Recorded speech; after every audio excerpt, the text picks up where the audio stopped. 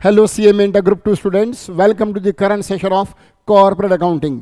बच्चों, इस current session में हम लोग डिस्कस करेंगे वर्कबुक। आप सब बच्चों को बहुत अच्छे से मालूम है कि इंस्टीट्यूट ने अपनी वेबसाइट पर paper number 10 section a corporate accounting की वर्कबुक अपलोड की है, जिसमें कुल 50 क्वेश्चन हैं। बच्चों को ये लग रहा है कि भाई इस बार जो एग्ज़ाम होगा जून 2025 में वो इसी वर्कबुक से आएगा। ऐसा बिल्कुल नहीं है।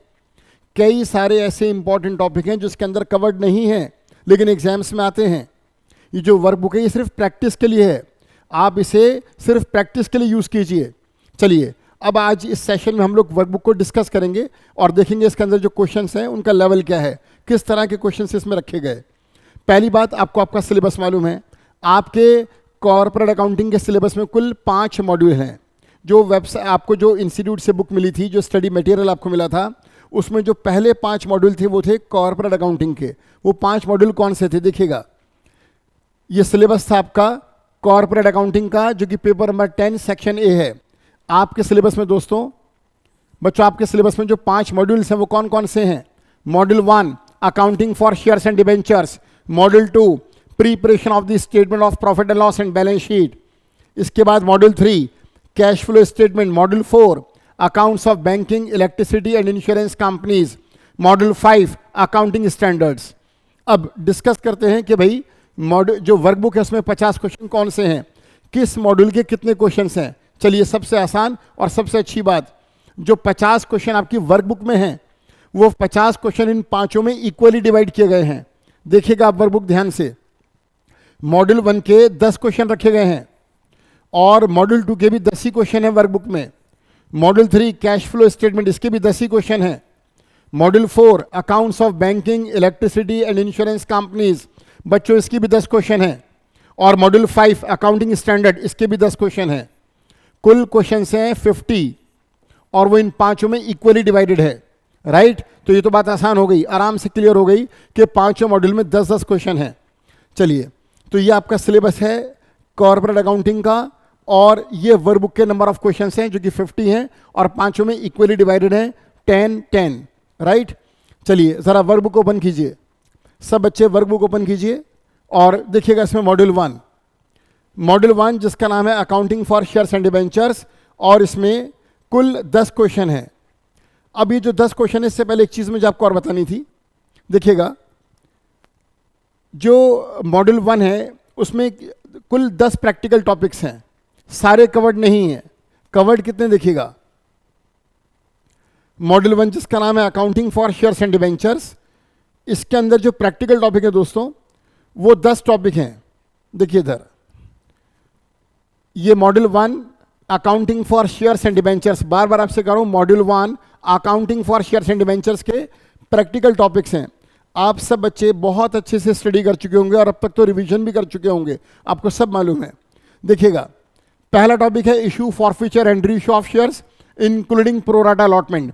ये जो पहला प्रैक्टिकल टॉपिक है ये क्लास 12 से आया है और इसके 21 क्वेश्चंस हैं मॉड्यूल के अंदर। इसके बाद सेकंड प्रैक्टिकल टॉपिक है rights issue of shares, third practical topic है bonus issue, fourth practical topic है sweat equity shares, fifth employ stock option plan, employ stock purchase plan, और नेक्स्ट है buyback of equity shares, next redemption of preference shares, issue of debentures, redemption of debentures, underwriting of securities. कुल 10 topic हैं आपके module 1 के अंदर। मैं आपसे अभी यही बात कह रहा था कि ये सारे कवर नहीं किए गए हैं वर्कबुक में। वर्कबुक में इन 10 में से 4 ऐसे इंपॉर्टेंट टॉपिक हैं जिन्हें टच भी नहीं करा। वो 4 कौन से हैं? राइट्स इशू ऑफ शेयर्स नहीं है वर्कबुक में, इसका कोई भी क्वेश्चन। बोनस इशू कोई क्वेश्चन नहीं है। स्वेट इक्विटी शेयर्स इसका भी कोई क्वेश्चन नहीं है। ESOP और ESPP इसका कोई क्वेश्चन नहीं है। क्या ये एग्जाम्स में नहीं आते? आते हैं एग्जाम्स के अंदर ये, लेकिन वर्कबुक में अगर सारे टॉपिक अगर कवर करते वर्कबुक में तो वर्कबुक होती 200, 250, 300 पेज की, और आपको लगता है भाई पहले की स्टडी मॉड्यूल मिला फिर एक बुक और मिल गई, ये तो प्रेशर बन गया हमारे ऊपर।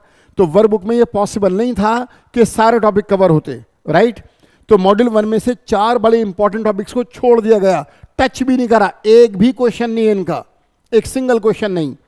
अच्छा, अब जो बचे हुए टॉपिक्स हैं उनके कितने क्वेश्चन से देखिएगा। पहला टॉपिक है issue forfeiture and reissue of shares including pro rata allotment. Module workbook में इसके 2 क्वेश्चन हैं। इसके बाद इन चारों का कोई क्वेश्चन नहीं। Bye back of equity shares के भी 2 क्वेश्चन हैं। इसके बाद रिडेम्पशन ऑफ प्रीफरेंस शेयर्स, इसका 1 क्वेश्चन है। इश्यू ऑफ डिबेंचर्स का भी 1 क्वेश्चन है। रिडेम्पशन ऑफ डिबेंचर्स का भी 1 क्वेश्चन है। अंडर राइटिंग ऑफ सिक्योरिटीज के फिर 3 क्वेश्चन है। 3 सबसे ज्यादा इंपॉर्टेंस दी गई है वर्कबुक के अंदर अंडर राइटिंग ऑफ सिक्योरिटीज को लेकर। और ये बात मैं आपको बता दूं, अगर आपने पास्ट एग्जामिनेशन क्वेश्चंस देखे होंगे तो सबसे ज्यादा जो मोस्ट फ्रीक्वेंटली टॉपिक है जो एग्जाम्स में आया है मॉड्यूल 1 के अंदर से, वो यही टॉपिक है underwriting of securities. No doubt ये बहुत इंपॉर्टेंट है, हर बार एग्जाम्स में आता है, इसे बहुत अच्छे से करके जाइएगा आप लोग। और वर्कबुक में भी इसके 3 क्वेश्चन रखे हैं, सबसे ज्यादा क्वेश्चंस इसी टॉपिक के हैं। अब देखिएगा, एक बार दोबारा इन्हें काउंट करते हैं। Issue forfeiture and reissue of shares के 2 क्वेश्चन हैं और बायबैक ऑफ सिक्योरिटीज के 2। ये 2 + 2 4। एक क्वेश्चन है रिडेम्पशन ऑफ प्रीफरेंस शेयर्स का, 5 हो गए। इश्यू ऑफ डिबेंचर्स का 1 क्वेश्चन, 6 हो गए। रिडेम्पशन ऑफ डिबेंचर्स का फिर 1 क्वेश्चन, 7। और 3 क्वेश्चन है अंडर राइटिंग ऑफ सिक्योरिटीज के, तो 7 और 3 10, कुल 10 क्वेश्चन है मॉड्यूल 1 से। ठीक, अब इन क्वेश्चंस को डिस्कस करते हैं। चलिए,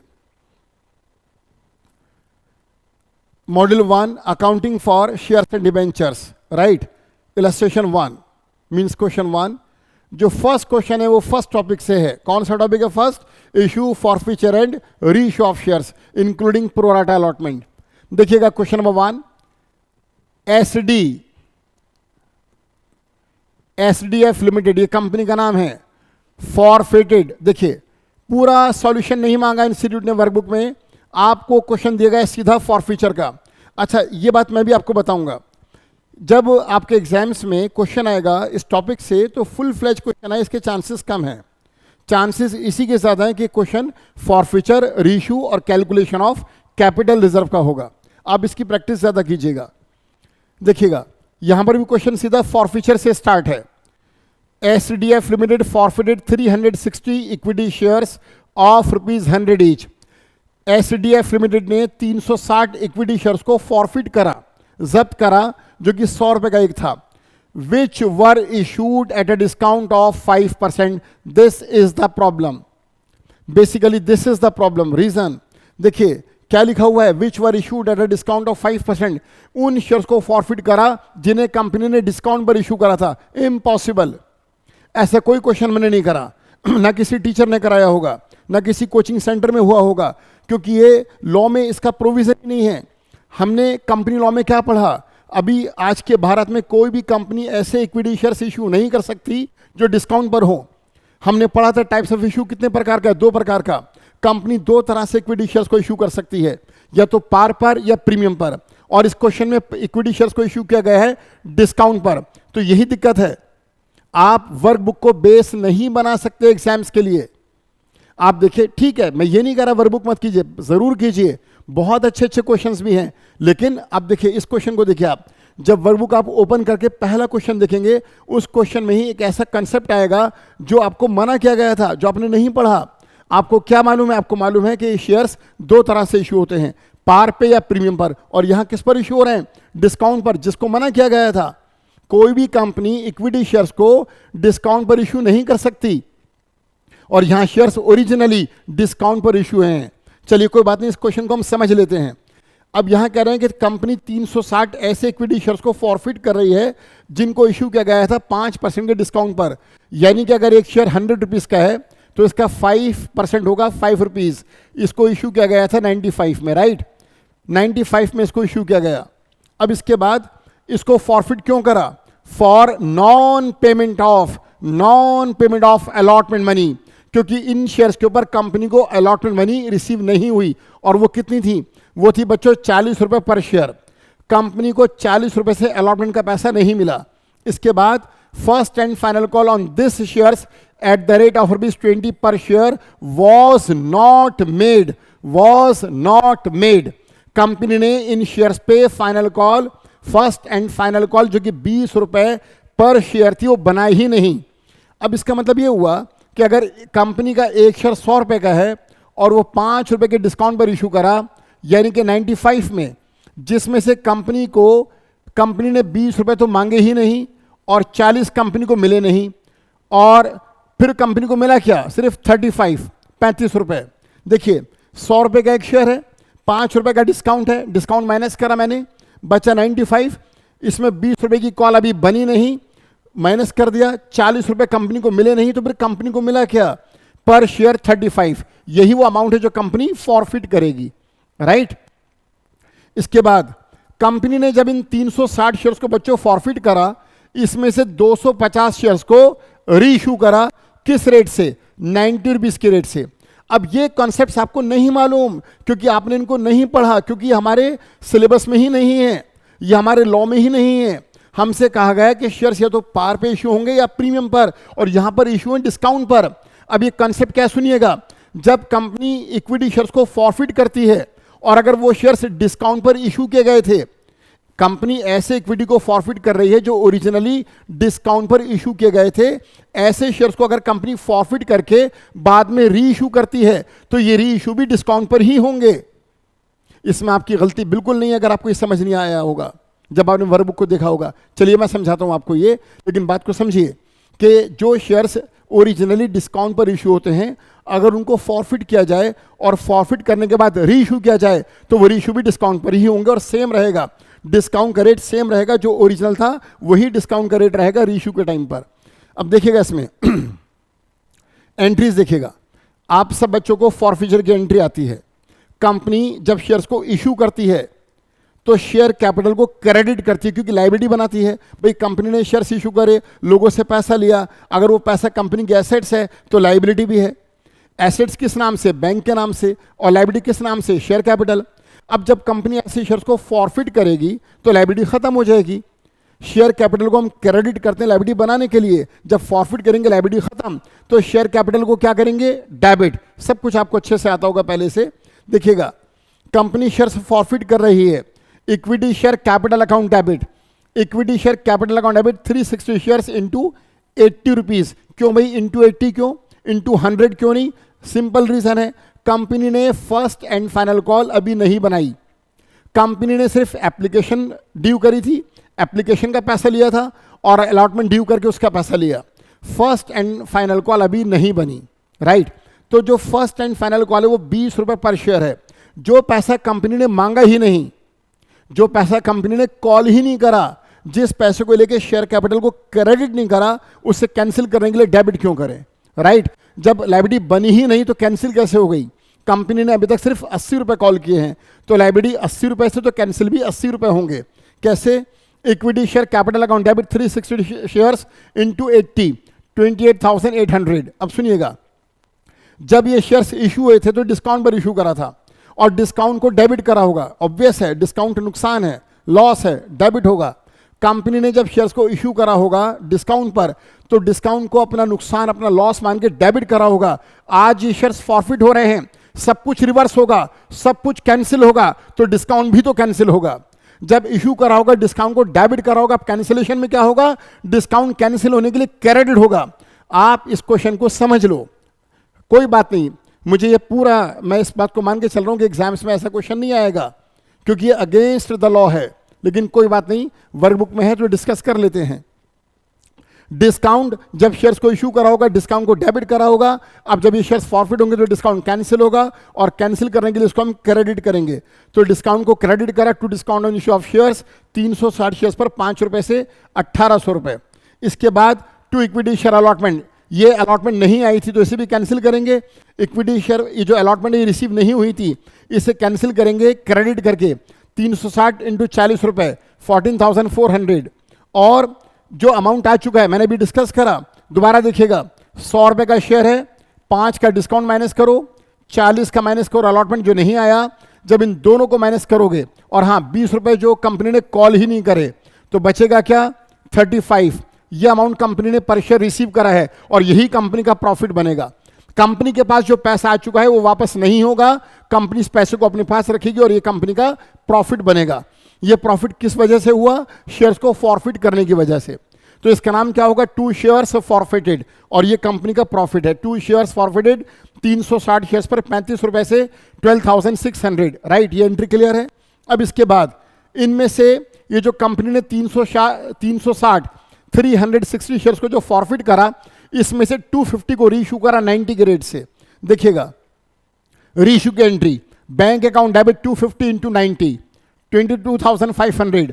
एक बात मैंने आपको अभी बताई थी, जो जब कंपनी शेयर्स को डिस्काउंट पर इशू करती है, ये कॉन्सेप्ट बहुत पहले की बात है, अब नहीं है, बार बार आपसे कह रहा हूं, लेकिन फिर मैं आगे ये भी कह रहा हूं कि जब वर्कबुक में है और हम डिस्कस कर रहे हैं तो क्यों ना इसको भी डिस्कस करें।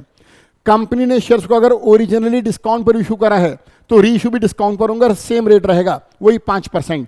अब आपको लगेगा कि भाई अभी तक आप क्या पढ़ते थे कि 100 वाला 90 में इशू करा, जब 100 वाला 90 में इशू करा तो पर शेयर 10 का नुकसान हुआ, नहीं, यहां नुकसान 5 का होगा, 5 डिस्काउंट में जाएंगे। अरे भाई बार बार आपसे कह रहा हूं कि शेयर्स ओरिजिनली डिस्काउंट पर इशू हुए थे तो रीइश्यू भी डिस्काउंट पर होंगे। तो देखिएगा इसका 3 जगह इसका डिवीजन होगा। बैंक अकाउंट डेबिट इसमें जाएंगे 90 रुपीज, और discount on issue of shares account debit 5 rupees, और लॉस में क्या आएगा, शेयर्स फॉरफिटेड अकाउंट 5 रुपीज। 90 रुपए, 5 रुपए, 5 रुपए। अब तक आपने क्या पढ़ा था कि 100 वाला 90 में इशू हुआ तो नुकसान हुआ 10 का, नहीं, क्योंकि यहां शेयर्स ओरिजिनली डिस्काउंट पर इशू करे थे तो रीइश्यू भी डिस्काउंट पर होंगे और रेट रहेगा सेम, वही 5 रुपए। तो 5 रुपए गए डिस्काउंट में और 5 रुपए गए लॉस में। To equity share capital 250 into 100, 25,000। अब आती है बात आगे, हम ये प्रॉफिट कैसे कैलकुलेट करें जो कैपिटल रिजर्व में ट्रांसफर होगा। बच्चों ये बताओ कि कंपनी ने फॉरफिट तो करे थे 360 और बच्चों रीइश्यू करे 250, तो हम 250 शेयर जो रीइश्यू हो रहे हैं इन पर जो लॉस होगा, रीइश्यू करने से जो लॉस होगा वो लॉस 250 के प्रॉफिट से ही सेट ऑफ होगा। बात को समझो, यहां पर 360 शेयर्स को फॉरफिट किया गया और 35 रुपए पर शेयर से जो प्रॉफिट था वो था 12,600। कंपनी ने फॉरफिट करे 360, रीइश्यू करे 250, तो 250 के लॉस को 360 के प्रॉफिट से सेट ऑफ नहीं किया जाएगा, 250 के लॉस को 250 के प्रॉफिट से ही सेट ऑफ करेंगे। तो पहले आप 250 को मल्टीप्लाई करेंगे 35 से। इंस्टीट्यूट ने अपनी वर्कबुक में वर्किंग नोट बनाया है, देखिए वर्किंग नोट एकदम सिंपल है। कंपनी 250 शेयर्स को रीइश्यू कर रही है, 250 shares into 35 rupees per share. याद है ना, एक शेयर पे 35 रुपए कंपनी के पास आए थे, 35 रुपीज आए थे पर शेयर, वही प्रॉफिट है। तो 250 पर 35 रुपए के हिसाब से कितना प्रॉफिट होगा, 8750। इनको रीइश्यू करा और रीइश्यू करा 100 वाला 90 में, 10 रुपए का नुकसान, नहीं 10 का नहीं, बार बार कह रहा हूं, 5 रुपए डिस्काउंट में जाएंगे और 5 रुपए लॉस में जाएंगे। तो 250 इंटू 5 का लॉस 1250 का लॉस हुआ। जब इस प्रॉफिट में से ये लॉस माइनस होगा तो नेट प्रॉफिट आएगा 7,500 और ये ट्रांसफर होगा कैपिटल रिजर्व में। ये रही वो तीसरी एंट्री। दोबारा देखिए थर्ड एंट्री को, shares forfeited account debit to capital reserve account 7,500, और ये था हमारा क्वेश्चन 1 जो सॉल्व हो गया। बच्चों ठीक है, 5 या 6 बार कह चुका हूं, कोई बात नहीं, ये हमारे सिलेबस में नहीं था। हमने लॉ में यही पढ़ा कि शेयर्स या तो पार पर इशू होते हैं या प्रीमियम पर, लेकिन इस क्वेश्चन में अजीब सा हुआ कि शेयर्स को डिस्काउंट पर इशू किया गया। कोई बात नहीं, हमने डिस्कस कर, आपको समझ में आया होगा, राइट। क्वेश्चन नंबर 2 पर आ जाइए बच्चों। क्वेश्चन नंबर 2 है बाई बैक ऑफ शेयर्स का। Yes, by back of shares, company अपने इक्विटी को बाई बैक कर रही है। आपको मालूम है इक्विटी शेयर्स कभी रिडीम नहीं होते, लेकिन आपने लॉ पढ़ा होगा, कंपनी अकाउंट्स में पढ़ा होगा, टीचर्स ने आपको पढ़ाया होगा, इसके लीगल प्रोविजंस लिखवाए होंगे बाय बैक ऑफ शेयर्स के, कि कुछ परिस्थितियों में, कुछ सर्कमस्टांसिस में कंपनी अपने इक्विटी शेयर्स को भी रिडीम करती है। हाँ, रिडीम, रिडम्पशन वर्ड यूज नहीं होता। देखो, प्रीफरेंस शेयर्स को रिडीम किया जाता है, रिडम्पशन का मतलब है लोगों का पैसा लोगों को वापस करना। कंपनी प्रीफरेंस शेयर्स, और आपको ये भी मालूम होगा, आपने पढ़ा होगा कि प्रीफरेंस शेयर्स की जो मैक्सिमम लाइफ है वो 20 ईयर्स है और डिबेंचर्स की maximum life 10 years. Preference shares का रिडम्पशन कंपलसरी है। इक्विटी शेयर्स कभी रिडीम नहीं होते। हाँ, कुछ सर्कमस्टांसिस में इक्विटी शेयर्स भी रिडीम होते हैं और इनके लिए जो वर्ड यूज होता है वो वर्ड है बाय बैक, वापस खरीदना। कंपनी अपने इक्विटी को बाय करती है, BUY बाय, खरीदती है, बैक वापस। तो इक्विटी को बाय बैक करेगी, खुद रीपर्चेस करेगी, तो ऑटोमेटिकली वो रिडीम हो जाएंगे। लेकिन वर्ड क्या यूज होगा, बाय बैक ऑफ सिक्योरिटीज और buy back of equity shares. देखिएगा, buy back of equity shares. अब ये क्वेश्चन अच्छा क्वेश्चन है और वर्कबुक में दिया गया, और ये टॉपिक भी बहुत इंपॉर्टेंट है। इसके 2 क्वेश्चन है वर्कबुक में, राइट। तो वर्कबुक में 2 क्वेश्चन है, और जैसे आपने पढ़ा होगा, जब आपने स्टडी मॉड्यूल से पढ़ा होगा, तो वहाँ पर 7 या 8 क्वेश्चन थे इसके, और सब क्वेश्चन बहुत अच्छे थे। तो ये बहुत इंपॉर्टेंट टॉपिक है, इसको जरूर अच्छे से प्रैक्टिस करके जाना है इसकी। देखिएगा illustration number 2, Z company limited decided to buy back 5000 equity shares. Z company जो है वो अपने 5000 इक्विटी को बाय बैक कर रही है, वापस खरीद रही है, यानी कि रिडीम कर रही है, और ये एक शेयर 10 रुपए का बच्चों। इट सोल्ड, अब 5000 शेयर्स को बायबैक करना है, 10 रुपए का एक शेयर है, तो 5000 इंटू 10 50,000, कंपनी को 50,000 वापस करना होगा। 5000 शेयर्स कंपनी बायबैक करेगी, एक शेयर 10 रुपए का है, यानी कि 5000 इंटू 10 50,000, 50,000 रुपीज कंपनी को रिक्वायर्ड है। कंपनी के पास 50,000 रुपए नहीं है, इसलिए कंपनी ने क्या करा, इस 50,000 रुपए को इकट्ठा करने के लिए कंपनी ने अपने इन्वेस्टमेंट को बेच दिया। देखिए आगे क्या लिखा हुआ है, it sold investments face value rupees 35,000। जिस इन्वेस्टमेंट्स को बाजार में बेचा है उस इन्वेस्टमेंट्स की जो फेस वैल्यू है वो 35,000 है, लेकिन बेचा कितने में है, बेचा है बच्चों उसको 47,500 में। जो इन्वेस्टमेंट्स कंपनी की बैलेंस शीट में 35,000 का नजर आ रहा था, कंपनी ने उसको 47,500 में बेच दिया, यानी कि 12,500 के प्रॉफिट पर। कैसे निकाला, वो इन दोनों के डिफरेंस से आ जाएगा। आप 47,500 में से 35,000 को माइनस कर दो, प्रॉफिट आएगा 12,500, राइट, ये जाएगा प्रॉफिट एंड लॉस अकाउंट में। इसके बाद it bought 5,000 equity shares in the open market. Company ने इन 5,000 शेयर्स को खुले बाजार में जब वापस खरीदा तो कितने में खरीदा, 45,000 में। ये क्या हुआ भाई, 5,000 शेयर्स को बायबैक आप कर रहे हो, एक शेयर आपका 10 रुपए का है, तो 5,000 इंटू 10 तो 50,000 होगा। 50,000 के इक्विटी बायबैक करे 45,000 में, कंपनी को फिर प्रॉफिट हुआ यहां पर 5,000 रुपए का। क्यों भाई, इक्विटी जो बायबैक हो रहे हैं उनका फेस वैल्यू 50,000 है और कंपनी उनको रीपरचेस कर रही है सिर्फ 45,000 में। तो जब कंपनी 5,000 शेयर्स को, जो कि 10 रुपए का एक है, 45,000 में बायबैक करेगी तो कंपनी को यहां पर 5,000 का प्रॉफिट होगा। और कंपनी कहां से बायबैक कर रही है, फ्री रिजर्व से। आप सब बच्चों को मालूम है कि कंपनी जब इक्विटी शेयर्स को बायबैक करती है तो दो ही पॉसिबिलिटी है, कंपनी जिस फेस वैल्यू के इक्विटी को बायबैक करती है, या तो सेम फेस वैल्यू के इक्वल बाजार में नए शेयर्स इशू करे, या फिर उस अमाउंट से फ्री रिजर्व्स को यूज कर सीआरआर में ट्रांसफर करे। कंपनी के पास दो ऑप्शन है, या तो कंपनी क्या करे भाई, जिस फेस वैल्यू के इक्विटी को बायबैक कर है, सेम फेस वैल्यू के इक्वल बाजार में नए शेयर्स इशू करे। और अगर कंपनी बाजार में फ्रेश इशू नहीं करती है तो फेस वैल्यू के इक्वल अमाउंट से सीआरआर बनाए, कहां से, फ्री रिजर्व से। वही लिखा हुआ है क्वेश्चन में कि कंपनी ने इक्विटी को बायबैक करा, फ्रेश इशू नहीं करा, बल्कि अपने फ्री रिजर्व्स को यूज करा। आपको मालूम होगा फ्री रिजर्व्स क्या होते हैं। फ्री रिजर्व्स वो प्रॉफिट्स और रिजर्व्स हैं जो डिविडेंड के लिए अवेलेबल हैं, जैसे जनरल रिजर्व, जैसे प्रॉफिट एंड लॉस अकाउंट। जिन प्रॉफिट्स को डिस्ट्रीब्यूट किया जाता है बतौर डिविडेंड के, उन्हें हम कहते हैं फ्री रिजर्व्स, जो डिविडेंड के लिए अवेलेबल हैं। कंपनी उनको यूज कर रही है अपने इक्विटी को बायबैक करने के लिए, right. The shares bought back were cancelled, equity को बायबैक करा और उन्हें कैंसिल कर दिया, यानी कि डेबिट कर दिया। द एक्सपेंसेस ऑफ बायबैक वर ₹500, ये बहुत अच्छा है भाई। द एक्सपेंसेस ऑफ बायबैक वर ₹500, हाँ जी, द एक्सपेंसेस ऑफ बायबैक वर ₹500। यार ये नहीं था मॉड्यूल में भाई। हमने जब स्टडी मटेरियल के क्वेश्चंस करे तो बायबैक के हमने 7-8 क्वेश्चंस करे, लेकिन बायबैक एक्सपेंसेस यार ये हम वर्कबुक में पहली बार देख रहे हैं। और ये बिल्कुल सही बात है, बायबैक फ्री में थोड़ी होगा।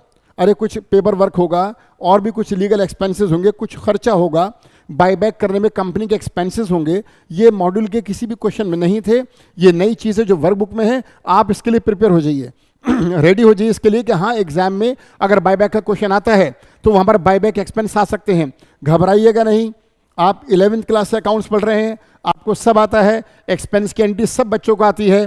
एक्सपेंस की एंट्री होती है expenses account debit to bank account, right. अब यहाँ पर एक्सपेंस का नाम है बायबैक, तो पूरा नाम लिख देना, एंट्री पास कर देना, buyback expenses account debit to bank account, और बाद में इन एक्सपेंसेस को प्रॉफिट एंड लॉस के डेबिट में ट्रांसफर कर देना। कुल मिलाकर 2 एंट्री पास करना। एक्सपेंस को पे करने की एंट्री सिंपल एंट्रीज हैं। 11वीं क्लास में आपने पढ़ा था कि एक्सपेंस को लेकर 2 एंट्री होती हैं, एक एक्सपेंस को पे करने की और एक एक्सपेंस को पीएनएल में ट्रांसफर करने की। तो इसी तरह से बस एक्सपेंस का नाम और जोड़ देना साथ में बायबैक, तो 2 एंट्री क्या पास करोगे, buyback expense account debit 500 to bank account 500, अगली entry profit and loss account debit 500 to buyback expense 500। पहले एक्सपेंस को पे करना, फिर उसको पीएनएल में ट्रांसफर कर देना। चलिए बहुत आसान है ये। Pass necessary journal entries in the books of Z company limited to record the above transaction. चलिए स्टार्ट करते हैं बच्चों। अब पहली एंट्री हम करेंगे इन्वेस्टमेंट्स को बेचने की।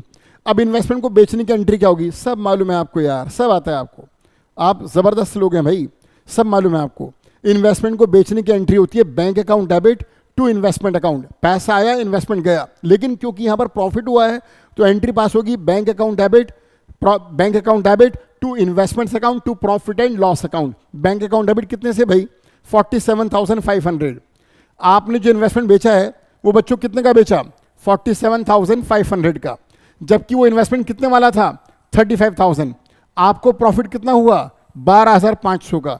एंट्री क्या पास हुई, एंट्री पास हुई, पहले यारों में सही कर दूं जरा, दोबारा देखिए, bank account debit 47,500 to investments account 35,000 to profit and loss account 12,500। एक बात फिर यहां पर थोड़ी सी अलग हो गई, एंट्री है bank account debit to investments to profit and loss. इन्होंने वर्कबुक में लिखा bank account debit to investments account to profit on sale of investment. अब ये तो कोई मतलब ये इन्होंने एक नया अकाउंट बनाया, इन्होंने प्रॉफिट को बजाय पीएनएल में ले जाने के पहले profit on sale of investment में डाला। कोई बात नहीं, पक्का तुम देखना वर्कबुक में इन्होंने एक एंट्री और पास की होगी। अभी इन्होंने बजाय प्रॉफिट एंड लॉस को क्रेडिट करने की किसको क्रेडिट करा, profit on sale of investment को। अब ये एक एंट्री और इनको करनी पड़ेगी, वो क्या, profit on sale of investment को ये डेबिट करके फिर क्रेडिट करेंगे प्रॉफिट एंड लॉस को। तो आपको ये सब करने की जरूरत नहीं है। अगर ये सेम क्वेश्चन एग्जाम्स में आता है तो बच्चों आप दो एंट्री क्यों करोगे यार, ये आपको पहले से आता है। आप सिंपल एंट्री पास करना, bank account debit to investments account to profit and loss account. तुम देखना पक्का, अभी मैं स्क्रॉल करूंगा तो मैं दिखाऊंगा कि ये profit on sale of investments को फिर दोबारा एक एंट्री पास करके पीएनएल की क्रेडिट में ट्रांसफर पक्का करेंगे, दिखाऊंगा जब एंट्री आएगी। लेकिन मेरी आपसे रिक्वेस्ट है कि आप यहां पर चाहें तो सीधा to profit and loss account कर सकते हैं, और वो बिल्कुल सही है वो, और यही पढ़कर आप जा रहे हैं एग्जाम्स में। इसके बाद कंपनी इक्विटी को बायबैक कर रही है भाई। जब कंपनी इक्विटी को बायबैक करेगी, आपको मालूम है ना equity share capital balance sheet में कहां पर आता है, लायबिलिटी में। शेयर कैपिटल का नेचर क्या है, क्रेडिट। क्रेडिट को खत्म करना हो तो क्या करते हैं, डेबिट। जब कंपनी इक्विटी शेयर्स को बायबैक करेगी, इक्विटी शेयर्स को रीपर्चेस करेगी तो बाजार से खत्म हो जाएंगे, और जब उन्हें खत्म करना होगा, लायबिलिटी को खत्म करना होगा तो क्या करेंगे, डेबिट। क्रेडिट को खत्म करना हो तो डेबिट करते हैं। कंपनी अपनी लायबिलिटी को कैंसिल कर रही है। देखो equity share capital account debit, कितने शेयर्स हैं बच्चों, ये है 5,000 शेयर्स। एक शेयर कितने का है भाई, 10 रुपए का। अमाउंट कितना बनेगा भाई, 50,000। लेकिन कंपनी इन 50,000 शेयर्स को बायबैक कर रही है 45,000 में। तो जो इक्विटी शेयर होल्डर्स के खाते में ट्रांसफर होगा वो 45 होगा, और यहां पर 5,000 का कंपनी को प्रॉफिट है। और ये प्रॉफिट कंपनी को बिजनेस करने से नहीं है, ये कंपनी का ऑपरेटिंग प्रॉफिट नहीं है, ये एक इवेंट से हुआ है, ये ट्रांजैक्शन से नहीं है, ये इवेंट से हुआ है। और जब प्रॉफिट किसी इवेंट से हो तो वो रेवेन्यू रिजर्व नहीं होता, वो कैपिटल रिजर्व होता है। तो इंस्टीट्यूट ने वर्कबुक में यही लिखा, और यही आपने मॉड्यूल में देखा था, टू कैपिटल रिजर्व। ये कंपनी का कैपिटल नेचर का प्रॉफिट है, ये कैपिटल रिजर्व में जाएगा, क्योंकि ये ट्रांजैक्शन से नहीं है, ये ordinary course of business activity नहीं है, ये एक इवेंट है। और जो प्रॉफिट किसी इवेंट से हो वो कैपिटल रिजर्व में ट्रांसफर होता है। तो देखिएगा टू कैपिटल रिजर्व अकाउंट, और ये अमाउंट है 5,000। तो कंपनी की लायबिलिटी खत्म हुई 50,000 से, और कंपनी को पे करना है 45,000। 5,000 का प्रॉफिट है, और यह प्रॉफिट जाएगा कैपिटल रिजर्व में। अब एक एंट्री हम पास करेंगे। अभी हमने क्या करा, पेमेंट नहीं करी, अभी हमने लायबिलिटी का नाम बदला है, इक्विटी शेयर कैपिटल को इक्विटी शेयर होल्डर में ट्रांसफर करा है। पे किसको करेंगे हम, इक्विटी शेयर होल्डर को। देखिएगा आगे की एंट्री, अगली एंट्री इन्होंने नीचे की है। ये पहले वो एंट्री दिखाता हूं जहां पर पेमेंट हुई, equity share holders account debit to bank. यहां पर ड्यू करा इक्विटी शेयर होल्डर्स में। इसके बाद चलिए देखिएगा, इक्विटी शेयर होल्डर्स को पे करने की एंट्री ही नहीं है वर्कबुक में। अब ये मिस प्रिंट है। आप बताइए आपने पेमेंट कहां करी दोस्तों, आप बताइए पेमेंट कहां करी, सिर्फ ड्यू तो करा है। ये एंट्री आपको रटी हुई है। मैं ये मान के चल रहा हूं कि आप सब बच्चे बहुत अच्छे हैं, मैं ये मान के चल रहा हूं कि आपने बहुत मेहनत की है, मैं ये मान के चल रहा हूं कि आपने स्टडी मॉड्यूल के सारे क्वेश्चंस करे हैं, आपको सोते सोते भी एंट्रीज रटी हुई है, ये मैं मान के चल रहा हूं। क्या आपको सब आता है? आपको ये बात रटी हुई है कि जब इक्विटी शेयर्स को बायबैक करते हैं तो पहली एंट्री पास होती है equity share capital account debit to equity share holder, और अगली एंट्री होती है equity share holder account debit to bank. पहले ड्यू बाद में पे करने की एंट्री नहीं है इसके अंदर। टाइपिंग मिस्टेक, टाइप करने से रह गई होगी, जानबूझ के तो कोई ऐसा नहीं करेगा। तो आपको एक एंट्री पास करनी होगी, और वो एंट्री क्या होगी? वो एंट्री मैं यहां पर कर देता हूं। वो एंट्री है equity share holders account debit 45,000 to bank account, पैसा देने की entry to bank account 45,000, right. ये एंट्री, ये एक एंट्री होनी थी इक्विटी वालों को पेमेंट करने की, equity share holders account debit to bank account, right.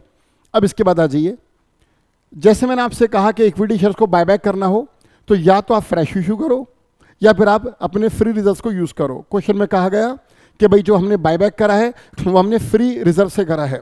Free reserve means वो प्रॉफिट जो डिविडेंड के लिए अवेलेबल है। अब आपको करना क्या होगा, जिस फेस वैल्यू के आपने इक्विटी को बायबैक करा है यानी कि 50,000, ये अमाउंट आपको फ्री रिजर्व से निकालना होगा और सीआरआर में ट्रांसफर करना होगा। डिटेल में नहीं जाएंगे हम लोग, सब आपको आता है यार, अब तो एग्जाम्स करीब हैं आपके। तो free reserve account debit 50,000 to capital redemption reserve CRR 50,000। अगर आप 50,000 की फेस वैल्यू के नए शेयर्स इशू करते बाजार में तो ये नहीं बनता। ये तभी बनता है, सीआरआर तभी बनेगा जब आप फ्रेश इशू नहीं करोगे। इस क्वेश्चन में फ्रेश इशू नहीं करा, बाजार में नए शेयर्स इशू नहीं करे, तो आपको फ्री रिजर्व्स यूज करने पड़ेंगे और उतना अमाउंट आपको सीआरआर में ट्रांसफर करना होगा। इसके बाद बाय बैक एक्सपेंस अभी डिस्कस हुआ था यार, मैंने आपसे कहा था ये नई चीज़ है, मॉड्यूल में नहीं है। ये मैं इस बात पे बहुत खुश हूँ कि इसको रखा गया वर्कबुक में कि भाई बाय बैक एक्सपेंस भी होते हैं। मॉड्यूल के किसी क्वेश्चन में नहीं था, तो आप इसको एग्जाम्स के लिए प्रिपेयर करिए कि अगर क्वेश्चन बायबैक का आएगा तो वहाँ बायबैक एक्सपेंस भी आ सकते हैं, और हम दो एंट्री पास करेंगे, एक एक्सपेंस को पे करने की और एक एक्सपेंस को पीएनएल में ट्रांसफर करने की। First entry buyback expense account debit to bank account, और अगली एंट्री ये रही नीचे profit and loss account debit to buyback expense. इन दोनों को मिला के देखिए एक साथ, शाबाश, इन दोनों को मिला के देखिए भाई, ये एक्सपेंस को पे करने की एंट्री है और ये एक्सपेंस को पीएनएल में ट्रांसफर करने की एंट्री है। ये है जी सबसे मजेदार एंट्री। ओहो, इसी के लिए परेशान था मैं। ये याद है फर्स्ट एंट्री जब इन्वेस्टमेंट को बेचा था आपने, मैंने आपसे क्या कहा था कि इन्वेस्टमेंट को बेचेंगे कैसे, bank account debit to investments to profit and loss. लेकिन उन्होंने वहां पर क्या लिखा, नहीं भाई नहीं, प्रॉफिट एंड लॉस डायरेक्टली नहीं, वहां लिखा profit on sale of investment. बाद में फिर उसे कैंसिल भी करा। देखिएगा ये रही वो एंट्री जो मैं आपको समझा रहा था, profit on sale of investment. ये पहले क्रेडिट हुआ था, अब इसे डेबिट करके खत्म करा और पीएनएल में ट्रांसफर करा। आप चाहते तो सीधा एक सिंगल एंट्री पास करके इन दोनों को मर्ज कर सकते थे। चलिए क्वेश्चन सॉल्व हो गया, तो अच्छे से इसको देखिएगा। थर्ड क्वेश्चन है जी इश्यू ऑफ डिबेंचर्स का। आपने जब ये टॉपिक पढ़ा होगा इश्यू ऑफ डिबेंचर्स, आपको मालूम होगा डिबेंचर्स जब हम इश्यू करते हैं तो ये तीन तरह से इश्यू हो रहे हैं, अलग अलग टॉपिक है ये। For example issue of debentures for cash, company ने बाजार में डिबेंचर्स इशू करे पैसों के बदले में। डिबेंचर इशू करे, डिबेंचर क्या है, कंपनी का फाइनेंसिंग एक्टिविटी है। कंपनी डिबेंचर्स क्यों इशू करती था कि कंपनी अपने बिजनेस को फाइनेंस कर सके, मार्केट से पैसा उठाकर, कैपिटल मार्केट से, बाजार से, आम जनता से पैसा लेकर अपने बिजनेस को फाइनेंस करे। तो ये कंपनी की फाइनेंसिंग एक्टिविटी है। तो कंपनी ने डिबेंचर्स इशू करती है पैसों के लिए। दूसरा issue of debentures other than cash, पैसों के अलावा किसी और चीज के बदले में। वो और चीज क्या है, वो कोई एसेट्स है। कंपनी ने कोई मशीन, कोई लैंड, कोई प्लांट, कोई इक्विपमेंट, कोई बिल्डिंग परचेस करी और जिससे बिल्डिंग या कोई भी एसेट्स परचेस करी उससे हम कहते हैं वेंडर, और वेंडर को पेमेंट करी बजाय कैश देने के, उसको अपनी कंपनी के डिबेंचर्स दिए। उन दोनों में पहले एग्रीमेंट हो चुका होगा। तो कंपनी डिबेंचर्स इशू कर रही कैश के बदले में नहीं, बल्कि किसी एसेट्स को एक्वायर करने के बदले में। और तीसरा था बच्चों issue of debentures as collateral security. अब ये कोलेटरल सिक्योरिटी क्या होता है, देखो कंपनी को बैंक से लोन लेना है। अब कंपनी जब बैंक से लोन लेगी तो लोन लेने के लिए किसी प्रॉपर्टी को मॉर्गेज करेगी। भाई बिजनेस लोन आप सब बच्चों को मालूम है यार, बिजनेस लोन अनसिक्योर्ड नहीं होता, वो सिक्योर्ड होता है। बिजनेस लोन नॉर्मली सिक्योर्ड होता है। अगर किसी भी कंपनी को कोई लोन लेना है बैंक से बिजनेस के लिए तो किसी प्रॉपर्टी को मॉर्गेज करना होगा। अब ऐसे में कंपनी ने जब बैंक से लोन के लिए अप्लाई करा, अप्रोच करा बैंक को, तो बैंक से जब लोन मांगा तो बैंक ने कहा होगा कि भाई कोई प्रॉपर्टी मॉर्गेज करो। अब जिस बिल्डिंग को, जिस लैंड को, जिस प्रॉपर्टी को कंपनी मॉर्गेज कर रही है उस पर कोई चार्ज पहले से लगा हुआ है, वो फ्री नहीं है, फ्री होल्ड प्रॉपर्टी नहीं है कंपनी की, और क्योंकि कोई चार्ज उस पर पहले से लगा हुआ है तो बैंक को लगा कि ये प्रॉपर्टी सफिशिएंट नहीं है मॉर्गेज करने के लिए। तो बैंक ने कहा ठीक है, हम तुम्हारी इस बिल्डिंग के कागज़ को, इस बिल्डिंग को बतौर प्राइमरी सिक्योरिटी के रख लेंगे, लेकिन साथ में कोई और भी सिक्योरिटी दो, साथ में कोई और, यानी कि मददगार, सहायता, सहायक, secondary security. Primary security building के कागज़ हैं, लेकिन सेकेंडरी सिक्योरिटी और दो, क्योंकि हमें लगता है ये पर्याप्त नहीं है, सफिशिएंट नहीं है। तो जब बैंक उस लोन को देने के लिए प्राइमरी सिक्योरिटी के अलावा कोई और सेकेंडरी सिक्योरिटी की डिमांड करे, उसे कहते हैं कोलेटरल सिक्योरिटी। और कंपनी कोलेटरल सिक्योरिटी के बदले में क्या रखवाएगी? अपनी कंपनी के डिबेंचर्स। तो कंपनी यहां पर बैंक को डिबेंचर्स इशू कर रही है बतौर सहायक, मददगार, कोलेटरल, सेकेंडरी सिक्योरिटी के। तो कंपनी ने बैंक से लोन लिया, प्राइमरी सिक्योरिटी बिल्डिंग के कागज हैं, बिल्डिंग है, और सेकेंडरी सिक्योरिटी डिबेंचर्स हैं।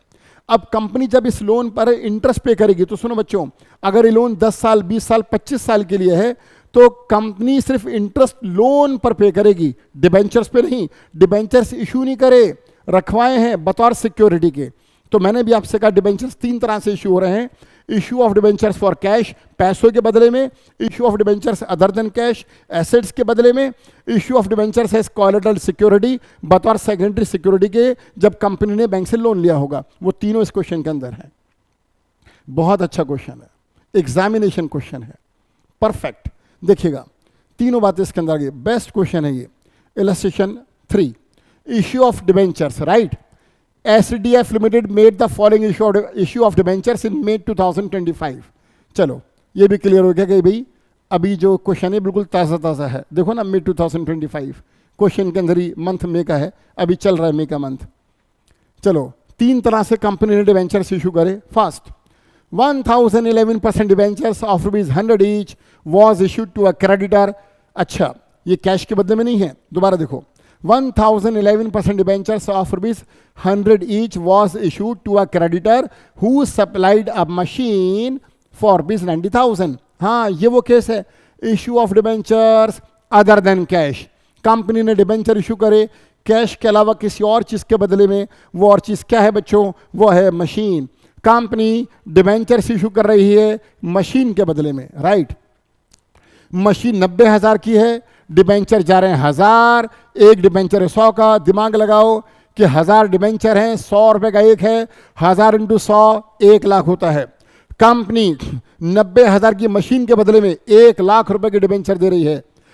मशीन थी 90,000 की, डिबेंचर जा रहे हैं 1 लाख के, इसका मतलब 10,000 डिस्काउंट है।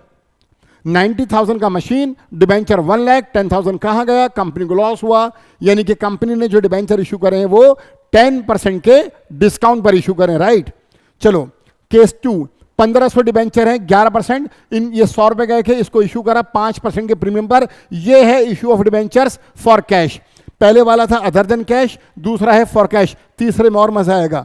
511% debentures of ₹100 each to the bankers, to the banker. हाँ भाई, बैंक से लोन लिया होगा, प्राइमरी सिक्योरिटी रखवाई होगी, वो सफिशिएंट नहीं थी, फिर कोलेटरल सिक्योरिटी के नाम पर अपने डिबेंचर्स इशू करे होंगे। और 500 डिबेंचर दिए हैं, 100 रुपए का एक है, 50,000 रुपए के डिबेंचर है और बतौर कोलेटरल सिक्योरिटी के हैं। और लोन कितने का था? 35,000 का।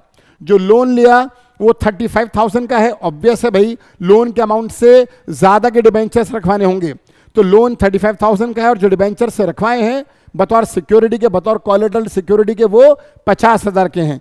अब इन तीनों की एंट्रीज पास करनी है।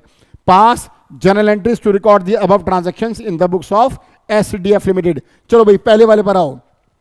हाँ जी, 1000 डिबेंचर हैं, तो सुनो भाई, आप मशीन को खरीदने की एंट्री मत करना, साफ साफ लिखा हुआ है डिबेंचर्स को इश्यू करने की एंट्री करनी है। तो मशीन परचेस करने की एंट्री थी, machine account debit to vendor, avoid it, avoid it. ये क्यों करोगे? मशीन ऑलरेडी परचेस कर चुके हैं, आप चुपचाप डिबेंचर इशू करो। डिबेंचर इशू करने की एंट्री इधर देखो भाई, मशीन वेंडर अकाउंट डेबिट। आप चाहते तो खाली वेंडर अकाउंट भी लिख सकते थे, ये जरूरी नहीं कि आप मशीन वेंडर अकाउंट लिखें। लिखते हैं अच्छी बात है, एसेट्स का नाम शो कर दें, लेकिन ये जरूरी नहीं है। चलिए, मशीन वेंडर अकाउंट डेबिट 90,000 और डिबेंचर जा रहे हैं 1 लाख के। देखिएगा मशीन वेंडर अकाउंट, हमें वेंडर को मशीन के सप्लायर को देना था 90,000, जबकि हमने उसको डिबेंचर से इशू करें। टू डिबेंचर अकाउंट 2,000 डिबेंचर 100 रुपये से, ये 2,000 नहीं है, यहाँ काफ़ी सारे मिसप्रिंट है। ये मैंने मॉड्यूल जो वर्कबुक है वही ओपन किए, मिसप्रिंट है भाई। अच्छा है इसको हम डिस्कस कर रहे हैं यार, वरना आप कंफ्यूज होते कि भाई 2,000 कहाँ से आ गए। This is very wrong, right. इसको ठीक करते हैं, पहले इसे कैंसिल करो।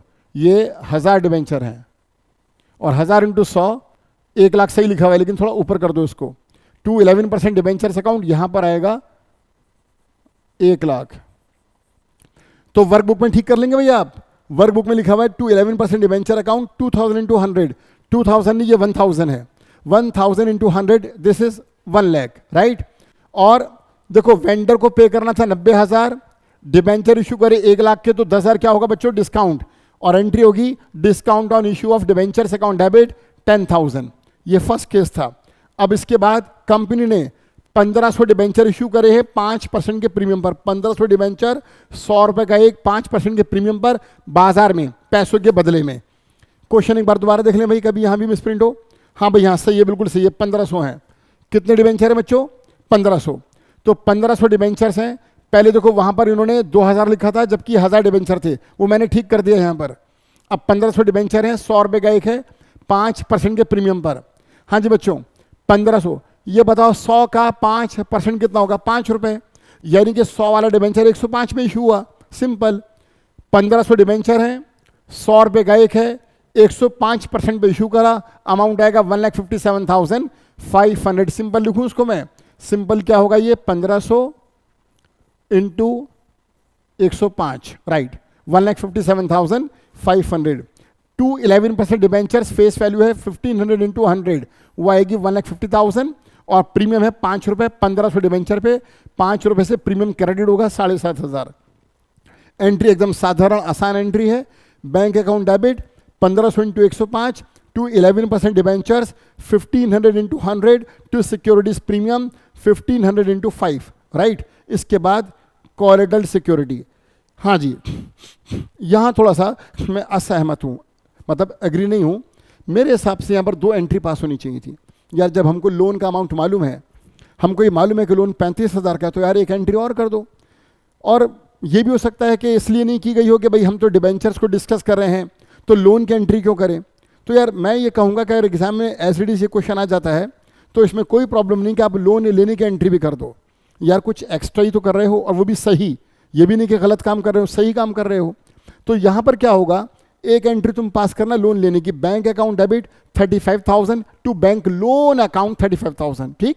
और दूसरी ये वाली करना जो यहाँ पर हुई हुई है, डिबेंचर्स को इशू करने की। और ये एंट्री क्या होगी, debentures suspense account debit to 11% debenture account 500 into 100 50,000।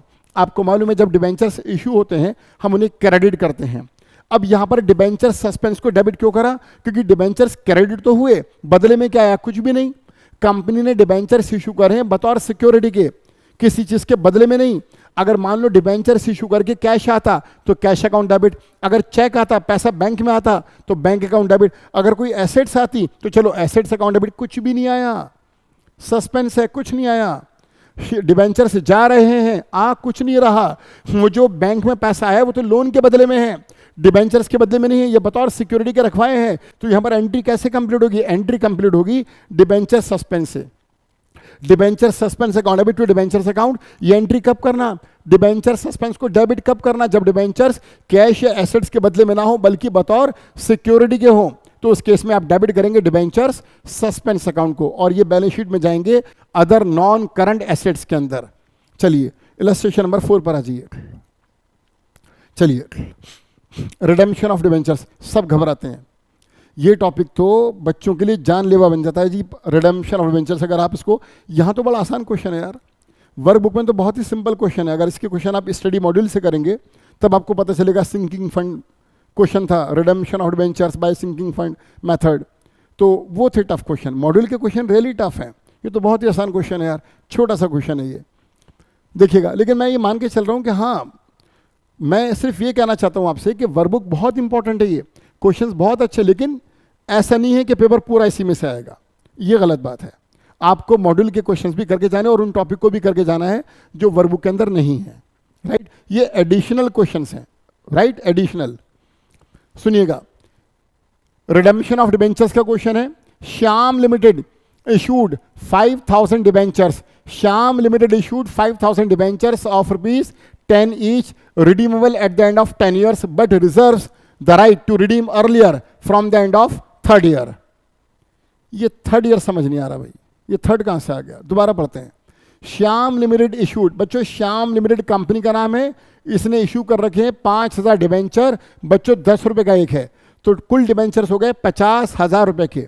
अब ये कह रहे हैं कि इनको रिडीम करना है 10 साल बाद, 10 साल के लिए डिबेंचर्स इशू किए गए हैं, बट रिजर्व्स द राइट, लेकिन इसमें एक राइट, एक अधिकार को, कंपनी के लिए एक अधिकार रिजर्व कर दिया गया।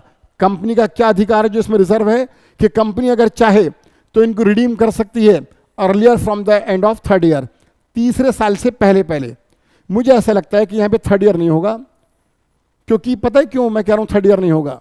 आगे का पढ़ो। The company decide at the end of 5th year to redeem 1,000 debentures out of its profits. Company ने डिसाइड करा कि वो 5वें साल के आखिर में 1,000 डिबेंचर्स को अपने प्रॉफिट से रिडीम करेगी। आप सोचो यार, कंपनी 5 साल के बाद रिडीम कर रही है, और जबकि ये कह रहे हैं कि 3 साल से पहले रिडीम करने का अधिकार है। या तो एक काम करो, इस लाइन को कोई इंपॉर्टेंस मत दो, या फिर एक काम करो, ये अज्यूम कर लो कि ये थर्ड ईयर नहीं, ये 10th ईयर है, कि कंपनी ने डिबेंचर इश्यू करे 10 साल के लिए, और अपने पास ये अधिकार रखा कि कंपनी अगर चाहे तो 10 साल से पहले भी उनको रिडीम कर सकती है। तब ये बात बहुत मज़ेदार और बहुत अच्छी लग रही है।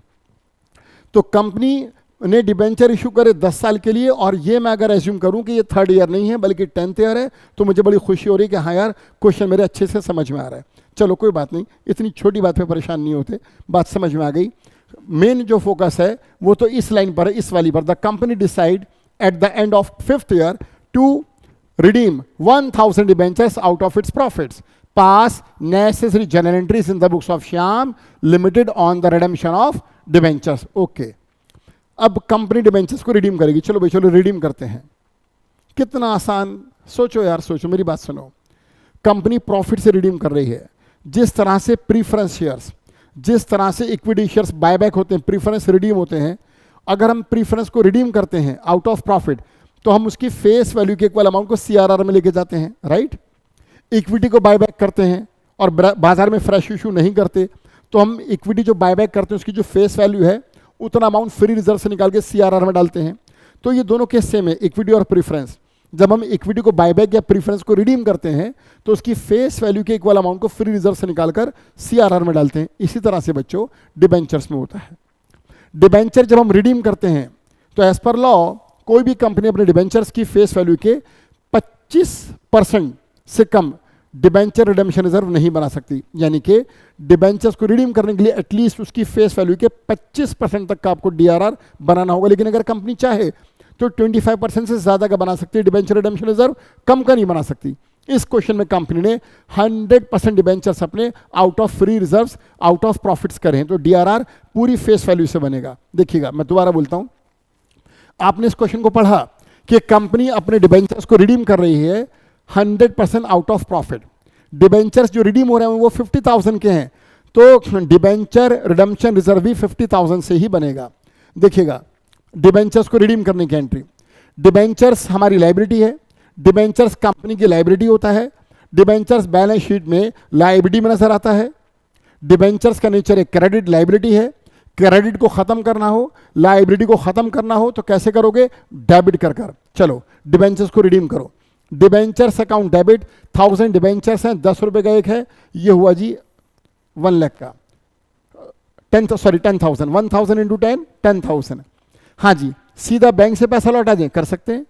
आप ये भी कर सकते थे debentures account debit to bank account, लेकिन बेटर ये है जो यहाँ नजर आ रहा है, बेटर है कि डिबेंचर्स को पहले डिबेंचर होल्डर में ट्रांसफर करो, उसके बाद पे करना। तो entry should be debentures account debit to debenture holder account, और देखो डेट में क्या लिखा हुआ है, 5th ईयर एंड, 5वें साल का आखिरी दिन। Debentures account debit to debenture holder account, अगली एंट्री डिबेंचर होल्डर्स को पे कर दो, debenture holders account debit to bank, right. Perfect entries हैं ये, परफेक्ट, कोई एरर नहीं है इसके अंदर। Debenture to debenture holder to bank account. इसके बाद प्रॉफिट एंड लॉस से पैसे निकाला और डिबेंचर रिडेम्पशन रिजर्व में ट्रांसफर कर दिया। एंट्री क्या पास करी, profit and loss appropriation account debit to debenture redemption reserve 10,000 face value से। आप यहां पर एक चेंज क्या कर सकते थे, प्रॉफिट एंड लॉस एप्रोप्रिएशन की जगह आप लिख सकते थे फ्री रिजर्व या खाली रिजर्व, आप लिख सकते थे reserve account debit to debenture redemption reserve account, लेकिन ये गलत नहीं है, जो है वो बिल्कुल परफेक्ट है, सही है, सॉल्यूशन इज परफेक्ट। चलिए इलस्ट्रेशन नंबर 5 पर आ जाइए और दोबारा आपके सामने आ गया forfeiture and reissue of shares. लेकिन आपको बता दूं कि ये क्वेश्चन फुल फ्लैश क्वेश्चन है, यहाँ पर आपको एंट्रीज पास करनी है, इशू से लेकर कैपिटल रिजर्व तक पूरा कंप्लीट क्वेश्चन है, ये परफेक्ट क्वेश्चन है, इसको समझेंगे हम, इसमें थोड़ा सा हमारा टाइम लगेगा। चलिए इलस्ट्रेशन नंबर 5 देखते हैं बच्चों। Question 5, forfeiture and reissue of shares. The issued share capital of KGF Limited consists of 50,000 equity shares of ₹10 each fully paid up. देखो भाई, जो कंपनी है KGF Limited, इसके 50,000 इक्विटी शेयर्स हैं, 10 रुपए का एक है। The company offers to its share holders shares on rights basis. अच्छा भाई, कंपनी ये शेयर्स बाजार में इशू नहीं कर रही, अपने एग्जिस्टिंग शेयर होल्डर्स को बतौर राइट्स इशू के दे रही है। इन द रेशियो ऑफ 1:1, एक के बदले में एक। चलो थोड़ा सा कंसेप्ट राइट्स इशू का आ गया। The shares of ₹10 each being offered eight a premium of ₹10 पर शेयर। अच्छा, कंपनी 10 वाला शेयर 10 रुपए के प्रीमियम यानी कि 10 वाला 20 में इशू कर रही है, और कंपनी के पहले से शेयर्स हैं 50,000 और जो राइट्स इशू है 1:1 की रेशियो में है बच्चों, एक के बदले में एक, तो 50,000 के बदले में नए 50,000 इक्विटी शेयर ही इशू होंगे और 10 वाला 20 में इशू होगा। Half of the price was payable with the application, आधा पैसा एप्लीकेशन के साथ देना है। 10 वाला 10 रुपए के प्रीमियम पर यानी कि 10 वाला 20 में और 20 का आधा 10 रुपए, तो 10 रुपए एप्लीकेशन के टाइम पर है। And the balance was payable on allotment, distribution being as follows. बहुत बढ़िया, सुनो भाई, कंपनी 50,000 शेयर्स इशू कर रही है, शेयर का फेस वैल्यू 10 रुपए है, 10 रुपए प्रीमियम है, 10 + 10 20 रुपए, कंपनी 10 वाला 20 में इशू करेगी और टोटल नंबर ऑफ शेयर्स हैं 50,000। और ये जो 20 रुपए बच्चों, आधा अमाउंट एप्लीकेशन के साथ है और आधा अमाउंट अलॉटमेंट के साथ है, राइट। ये देखो, ये रहा शेयर कैपिटल। अच्छा, आधा किस तरह से, देखो जो लायबिलिटी है शेयर कैपिटल 5 रुपए एप्लीकेशन पर और 5 रुपए अलॉटमेंट पर। इसी तरह से जो प्रीमियम है बच्चों 10 रुपए, ये भी 10 है, ये भी 10 है। प्रीमियम का आधा 5 एप्लीकेशन पर और आधा 5 अलॉटमेंट पर। आप समझे बात को, जो 10 वाला 20 में इशू करा तो 10 रुपए तो इसमें कैपिटल का अमाउंट और 10 रुपए प्रीमियम का है, दोनों हाफ ऑफ एप्लीकेशन पर है और दोनों हाफ ऑफ अलॉटमेंट पर है। दोबारा देखो, 10 रुपए का लाइबिलिटी, 5 एप्लीकेशन 5 अलॉटमेंट, बच्चों 10 का प्रीमियम, 5 रुपए एप्लीकेशन के साथ और 5 अलॉटमेंट के साथ। इसके बाद all the share holders accepted the offer, सभी शेयर होल्डर्स ने इस ऑफर को एक्सेप्ट कर लिया, राइट्स इशू को सबने एक्सेप्ट करा। 1 शेयर होल्डर, एक शेयर होल्डर जिसके पास कंपनी के 150 शेयर्स थे, paid the full offer price, उसने सारा पैसा चुका दिया विद हिज एप्लीकेशन, एप्लीकेशन के साथ। बच्चों, एक शेयर होल्डर जिसके पास कंपनी के 150 शेयर्स थे, उसने कंपनी को एप्लीकेशन के साथ अलॉटमेंट का पैसा भी दे दिया, यानी कि पूरे 20 रुपए दे दिए। इसके अलावा एक दूसरा share holder, another share holder holding 100 shares fail to pay the allotment money, एक दूसरा शेयर होल्डर जिसके पास कंपनी के 100 शेयर्स थे, उसने कंपनी को एप्लीकेशन तो दी, इसके बाद अलॉटमेंट नहीं दी। And his shares were subsequently forfeited, और इस आदमी के शेयर्स को कंपनी ने फॉरफिट कर लिया। इसके बाद क्या हुआ, लेटर बाद में the shares were reissued as fully paid up for ₹2000 cash, और बाद में इन शेयर्स को रीइश्यू कर दिया गया 2000 रुपए में। Journalize the above mention transaction, simple question है, साधारण, बहुत आराम से हो जाएगा। सुनो भाई, कंपनी ने इशू करे थे 50,000 शेयर्स, राइट। एप्लीकेशन पर थे 10 रुपए, तो 50,000 शेयर्स इंटू 10 5 लाख होगा। यहाँ क्या लिखा हुआ है, बैंक अकाउंट डेबिट 5,01,500। रीजन, एक आदमी, एक शेयर होल्डर जिसके पास कंपनी के 150 शेयर्स हैं, उसने कंपनी को अलॉटमेंट के साथ, एप्लीकेशन के साथ अलॉटमेंट का भी पैसा दे दिया। हाँ भाई, कितने शेयर्स है इसके पास? 150। अलॉटमेंट 10 रुपये है, तो इसने 150 इंटू 10 1500 रुपये दे दिया एडवांस। तो इक्विटी शेयर एप्लीकेशन कितनी आई होगी? ये आई होगी बेटा 50,000। बच्चों 50,000 इंटू 10, 5 लाख रुपए। इन दोनों को प्लस करोगे 5,01,500 आ जाएगा। तो bank account debit, bank account debit 50, ये जो एप्लीकेशन का पैसा है bank account debit 50,000 into 10 plus 150 into 10। हाँ जी, बैंक कैसे आएगा? बैंक देखो कैसे आएगा। बैंक में 50,000 शेयर्स के ऊपर एप्लीकेशन का 10 रुपया, इसके अलावा प्लस 150 शेयर्स पर अलॉटमेंट का एडवांस आया 10 रुपये, तो ये बना 5,01,500। और इसमें एप्लीकेशन है 50,000 इंटू 10 5 लैक्स, और कॉल्स इन एडवांस 150 इंटू 10 1500। इसके बाद कंपनी इस एप्लीकेशन के पैसे को शेयर कैपिटल में और सिक्योरिटीज प्रीमियम में ट्रांसफर करेगी। आप सबको मालूम है 10 रुपये की एप्लीकेशन है जिसमें 5 रुपये का है शेयर कैपिटल और 5 रुपये का है प्रीमियम। कर दो ट्रांसफर। शेयर एप्लीकेशन, हाँ भाई ये कितनी है? 50,000 शेयर्स पर 10 रुपये से 5 लाख, इसमें से 5 रुपये जाएंगे कैपिटल में। 50,000 इंटू 5 ये कैपिटल है, और बच्चों 50,000 इंटू 5 ये है सिक्योरिटीज प्रीमियम। इस तरह से बंटवारा हुआ। इसके बाद, हाँ जी क्लियर ये दोनों एंट्रीज? पक्का? चलो आगे आ जाओ। अब अलॉटमेंट ड्यू करेंगे। अलॉटमेंट भी 10 ही रुपये है। 50,000 शेयर्स पर अलॉटमेंट 10 रुपये से बच्चों 5 लाख, 2.5 लाख जाएगा कैपिटल में, आधा 5 रुपये और 5 रुपये जाएंगे प्रीमियम में, सेम जैसे एप्लीकेशन में हुआ था। 10 रुपये की अलॉटमेंट है जिसमें 5 का शेयर कैपिटल है और 5 का प्रीमियम है। ऐसे डिवीजन होगा। इसके बाद जब अलॉटमेंट का पैसा रिसीव होगा, ये बहुत आराम से करना। हाँ भाई, अलॉटमेंट का पैसा रिसीव हुआ, देखो कैसे, देखो कैसे। 50,000 शेयर्स है ना, 150 शेयर्स की अलॉटमेंट एप्लीकेशन के साथ आ गई थी, एक तो वो कम कर दो, और एक 100 शेयर्स पे अलॉटमेंट नहीं आई, वो भी कम कर दो। कैसे करोगे बताओ? हाँ भाई कैसे करोगे? 50,000 शेयर्स हैं, 150 वो माइनस करो जिनका पैसा एप्लीकेशन के साथ आया था, और 100 और माइनस करो जिन पर अलॉटमेंट आई ही नहीं, इनटू 10 रुपये आ जाएगा 4,97,500। इसके बाद calls in advance account debit, ये 1500 रुपये जो ऊपर आपने क्रेडिट करे थे, ये रहे। टू कहाँ गया? ये राजी। To calls in advance 1500 calls in advance आई थी, इसे कैंसिल करने के लिए क्या करोगे बच्चों? डेबिट। अब मैं यहाँ पर एक चीज़ से फिर सेटिस्फाइड नहीं हूँ कि जब इन्होंने इस क्वेश्चन में कॉल्स इन एडवांस को यूज़ करा तो कॉल्स इन एरियर्स को यूज़ क्यों नहीं करा? एक तरफा कैसे हो सकता है भाई? आप पैसा एडवांस आने पर कॉल्स इन एडवांस को यूज़ कर रहे हो, पैसा ना आने पर कॉल्स इन एरियर्स को यूज़ क्यों नहीं कर रहे? हम करेंगे, हम एंट्री ऐसे पास नहीं करेंगे भाई। No, not satisfied at all. हम कहेंगे bank account debit for 4,97,500, calls in advance account debit 150 into 10 1500, और इसके बाद हम यहाँ पर एक और लिखेंगे, वो क्या होगा? कॉल्स इन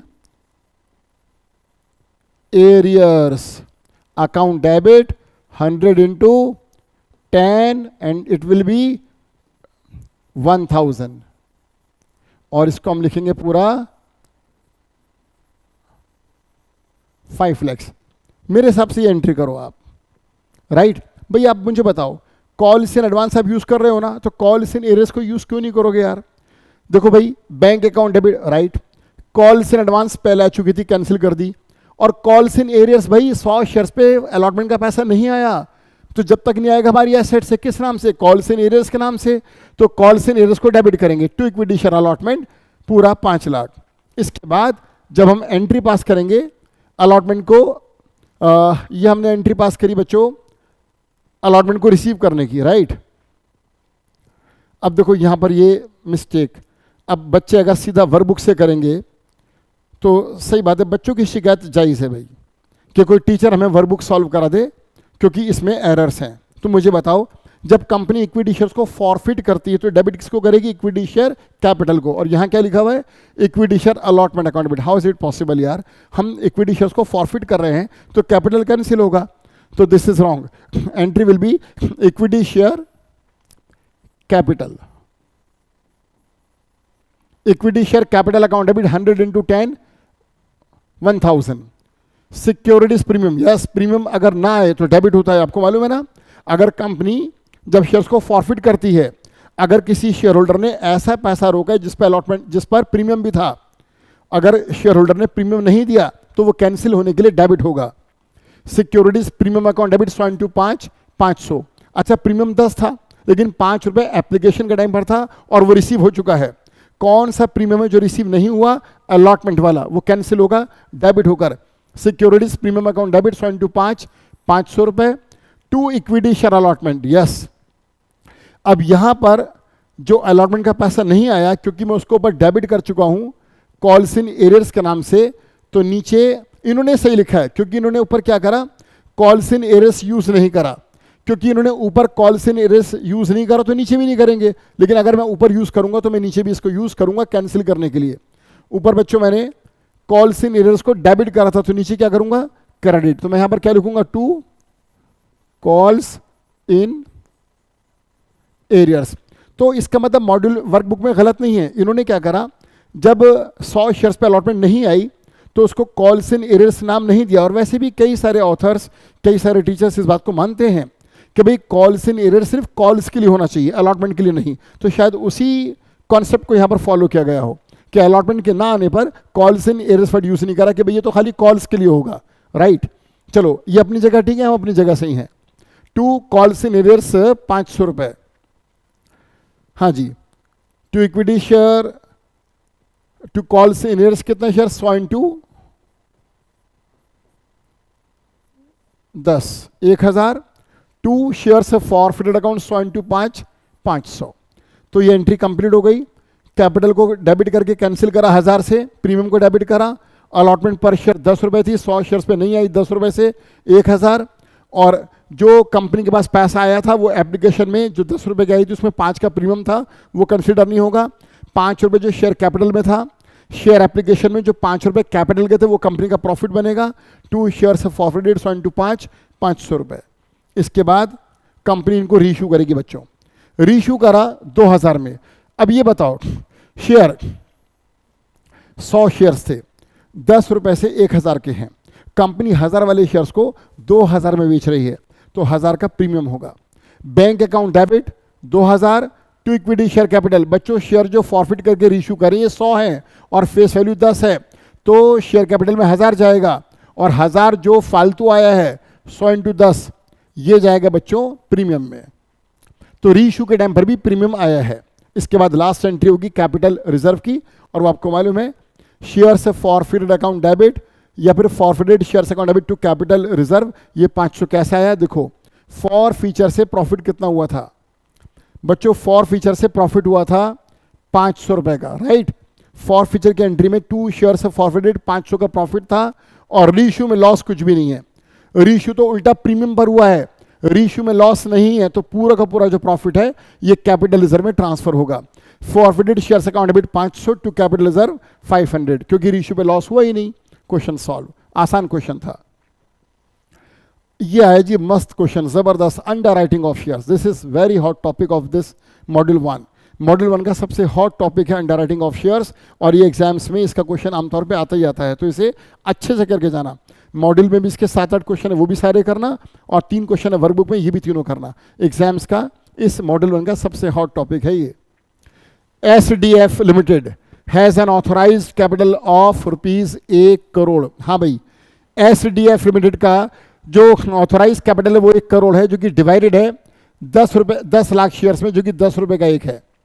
10 लाख शेयर्स हैं, 10 रुपये का एक है। 10 लाख को 10 से मल्टीप्लाई करोगे 1 करोड़ आ जाएगा। तो कंपनी का शेयर कैपिटल है 1 करोड़, नंबर ऑफ शेयर्स हैं 10 lakhs। The company issued 10 lakh shares for subscription to the public at a premium of ₹5 each. Company 10 वाला 15 में इशू कर रही है। The entire issue was underwritten as follows. ये जो company का एंटायर इशू है, जो कंपनी शेयर्स इशू कर रही है, उसके लिए कंपनी ने 3 अंडरराइटर्स को अपॉइंट करा, ए बी सी। राइट, ए से कहा कि तुम कंपनी के 1,20,000 शेयर बिकवाओगे, बी से कहा कि तुम 60,000 शेयर्स बिकवाओगे, और सी ने कहा मैं कंपनी के शेयर से सब्सक्राइब कराऊंगा 20,000। अगर आप इन तीनों को ऐड करेंगे 120, 60 और 20, तो बच्चों ये बनेगा 2 लाख। इसका मतलब जो अंडरराइटर्स हैं वो पूरे 10 लाख शेयर्स नहीं बिकवाएंगे। कंपनी का जो टोटल इशू है बच्चों वो 10 लाख। देखिए, कंपनी का जो टोटल नंबर ऑफ इशू है वो 10 लाख शेयर्स हैं, लेकिन अंडरराइटर्स ने जो रिस्पॉन्सिबिलिटी ली है वो सिर्फ 2 लाख शेयर्स की ली है। ठीक, तो ये पार्शियल अंडरराइटिंग है, ये फुल अंडरराइटिंग नहीं है दोस्त। हाँ जी, तो ए कह रहा है कि वो कंपनी के शेयर सब्सक्राइब करवाएगा 120, बी 60 और सी 20, टोटल 2 लाख। इसके बाद फर्म अंडरराइटिंग यानी कि ये शेयर्स, तुम्हें मालूम है ना फर्म अंडरराइटिंग क्या होती है, जो शेयर्स वो अंडरराइटर्स खुद परचेस करेंगे। ठीक, फर्म अंडरराइटिंग मीन्स अंडरराइटर्स जो शेयर्स खुद परचेस करेंगे कंपनी से अपने लिए, बाद में वो इनको सेल कर दें, वो एक अलग बात है। ए 1,20,000 शेयर्स बिकवाएगा, उसमें 20,000 फर्म अंडरराइटिंग भी है। 60,000 शेयर्स बी की रिस्पॉन्सिबिलिटी, जिसमें फर्म अंडरराइटिंग 8,000 शेयर्स है। सी की रिस्पॉन्सिबिलिटी 20,000 शेयर्स, उसमें फर्म अंडरराइटिंग 4,000 शेयर्स। अच्छा, एक बात और ध्यान रखिएगा, ये इन्होंने कहानी की अलग से है, इसका मतलब ये इसमें इंक्लूडेड है इन टोटल शेयर्स में। चलो आगे और देखते हैं, क्या पता आगे कुछ और मेंशन हो। देखिएगा आगे, ऑफ द टोटल इशू ये जो 2 लाख थे, इन्हें पहले प्लस करो दोबारा, 120 प्लस 60 प्लस 20, ये हो गया 2 lakh. Of the total issue, जो कुल इशू है उसमें से सिर्फ 1,80,000, only 1,80,000 shares including firm underwriting were subscribed for.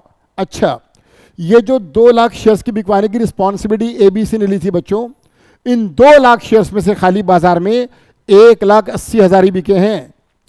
2 lakh में से 1,80,000 बाजार में बिक गए, यानी कि 20,000 शेयर्स अभी अनसब्सक्राइब्ड है जो बाजार में नहीं बिके, वो इन तीनों को परचेस करने पड़ेंगे कंपनी से, क्योंकि इन तीनों ने मिलकर जो रिस्पॉन्सिबिलिटी ली थी वो 2 लाख की थी, और ये मार्केट में बिकवा पाए 180।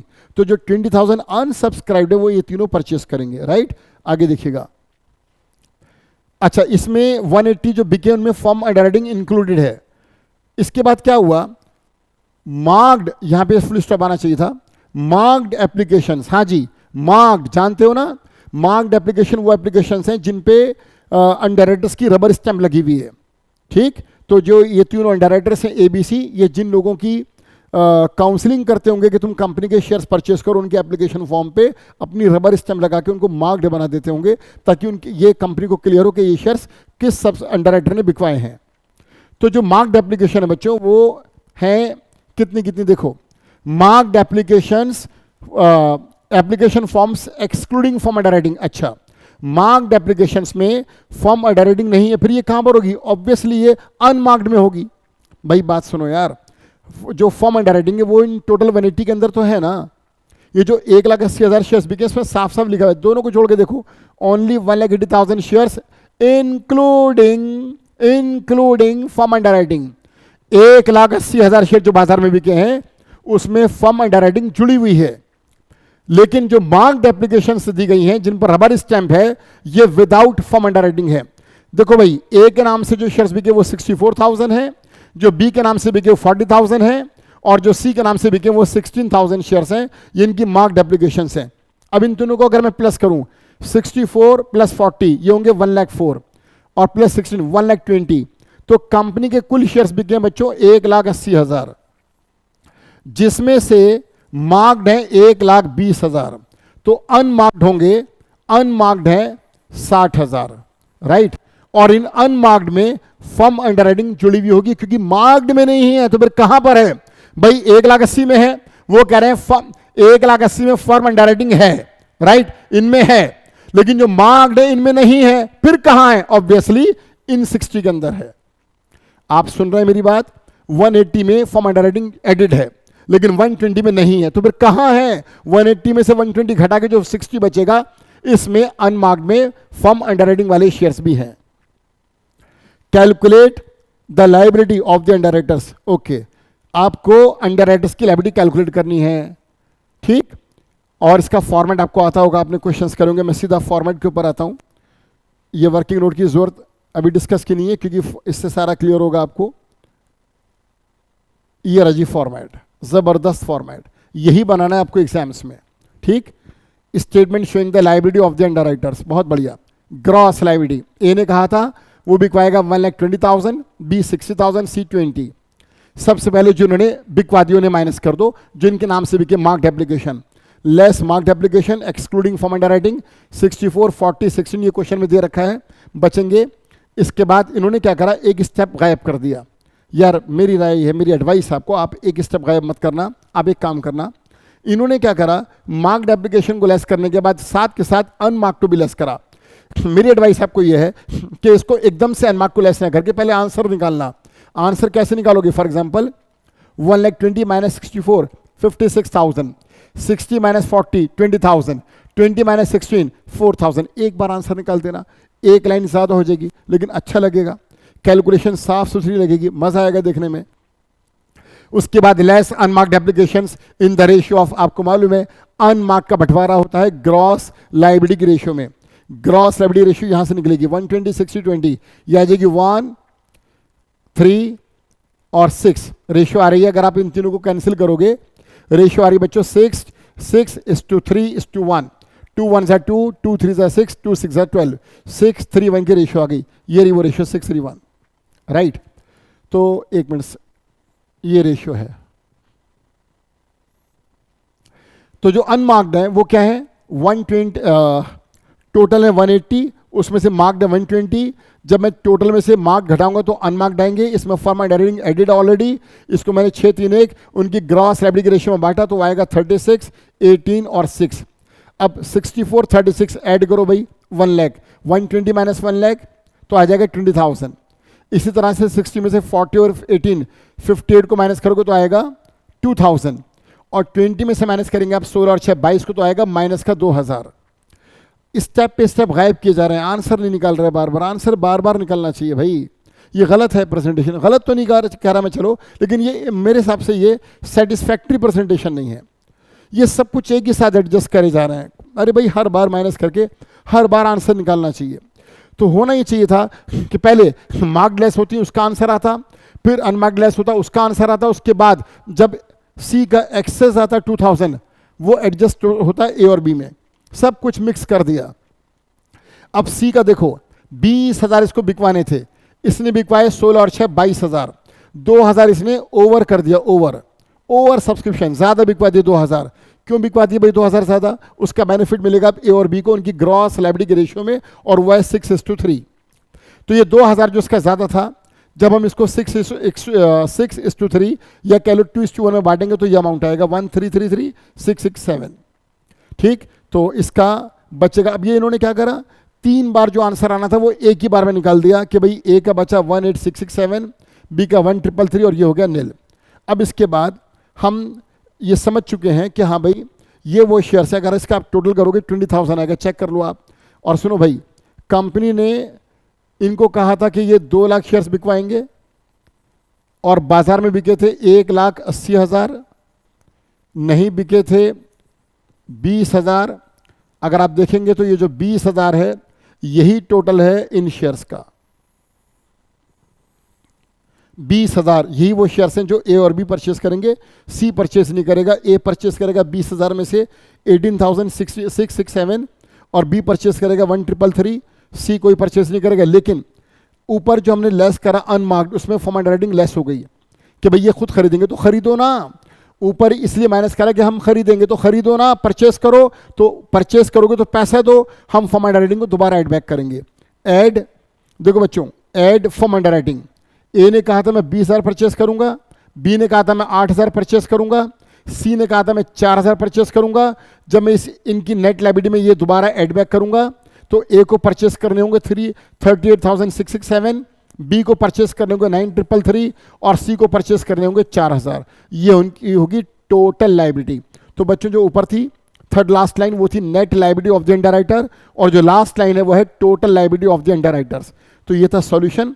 मैं इससे पूरी तरह सेटिस्फाइड इसलिए नहीं हूं, मेरे हिसाब से ये टॉपिक आपको अच्छे से आता होगा। आप इसमें बस आंसर सही है, आपका आंसर यही आएगा, परफेक्ट है, कंप्लीट है, सही सॉल्यूशन है, सब कुछ बहुत अच्छा है, लेकिन अकाउंट्स पूरे संसार में अकेला अकाउंट्स है जिसकी डेफिनेशन में लिखा हुआ है कि accounting is an art, accounts एक कला है।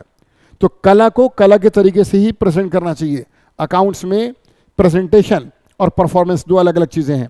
आपने सही आंसर निकाला, ये परफॉर्मेंस है, सही तरीके से निकाला, ये प्रेजेंटेशन है।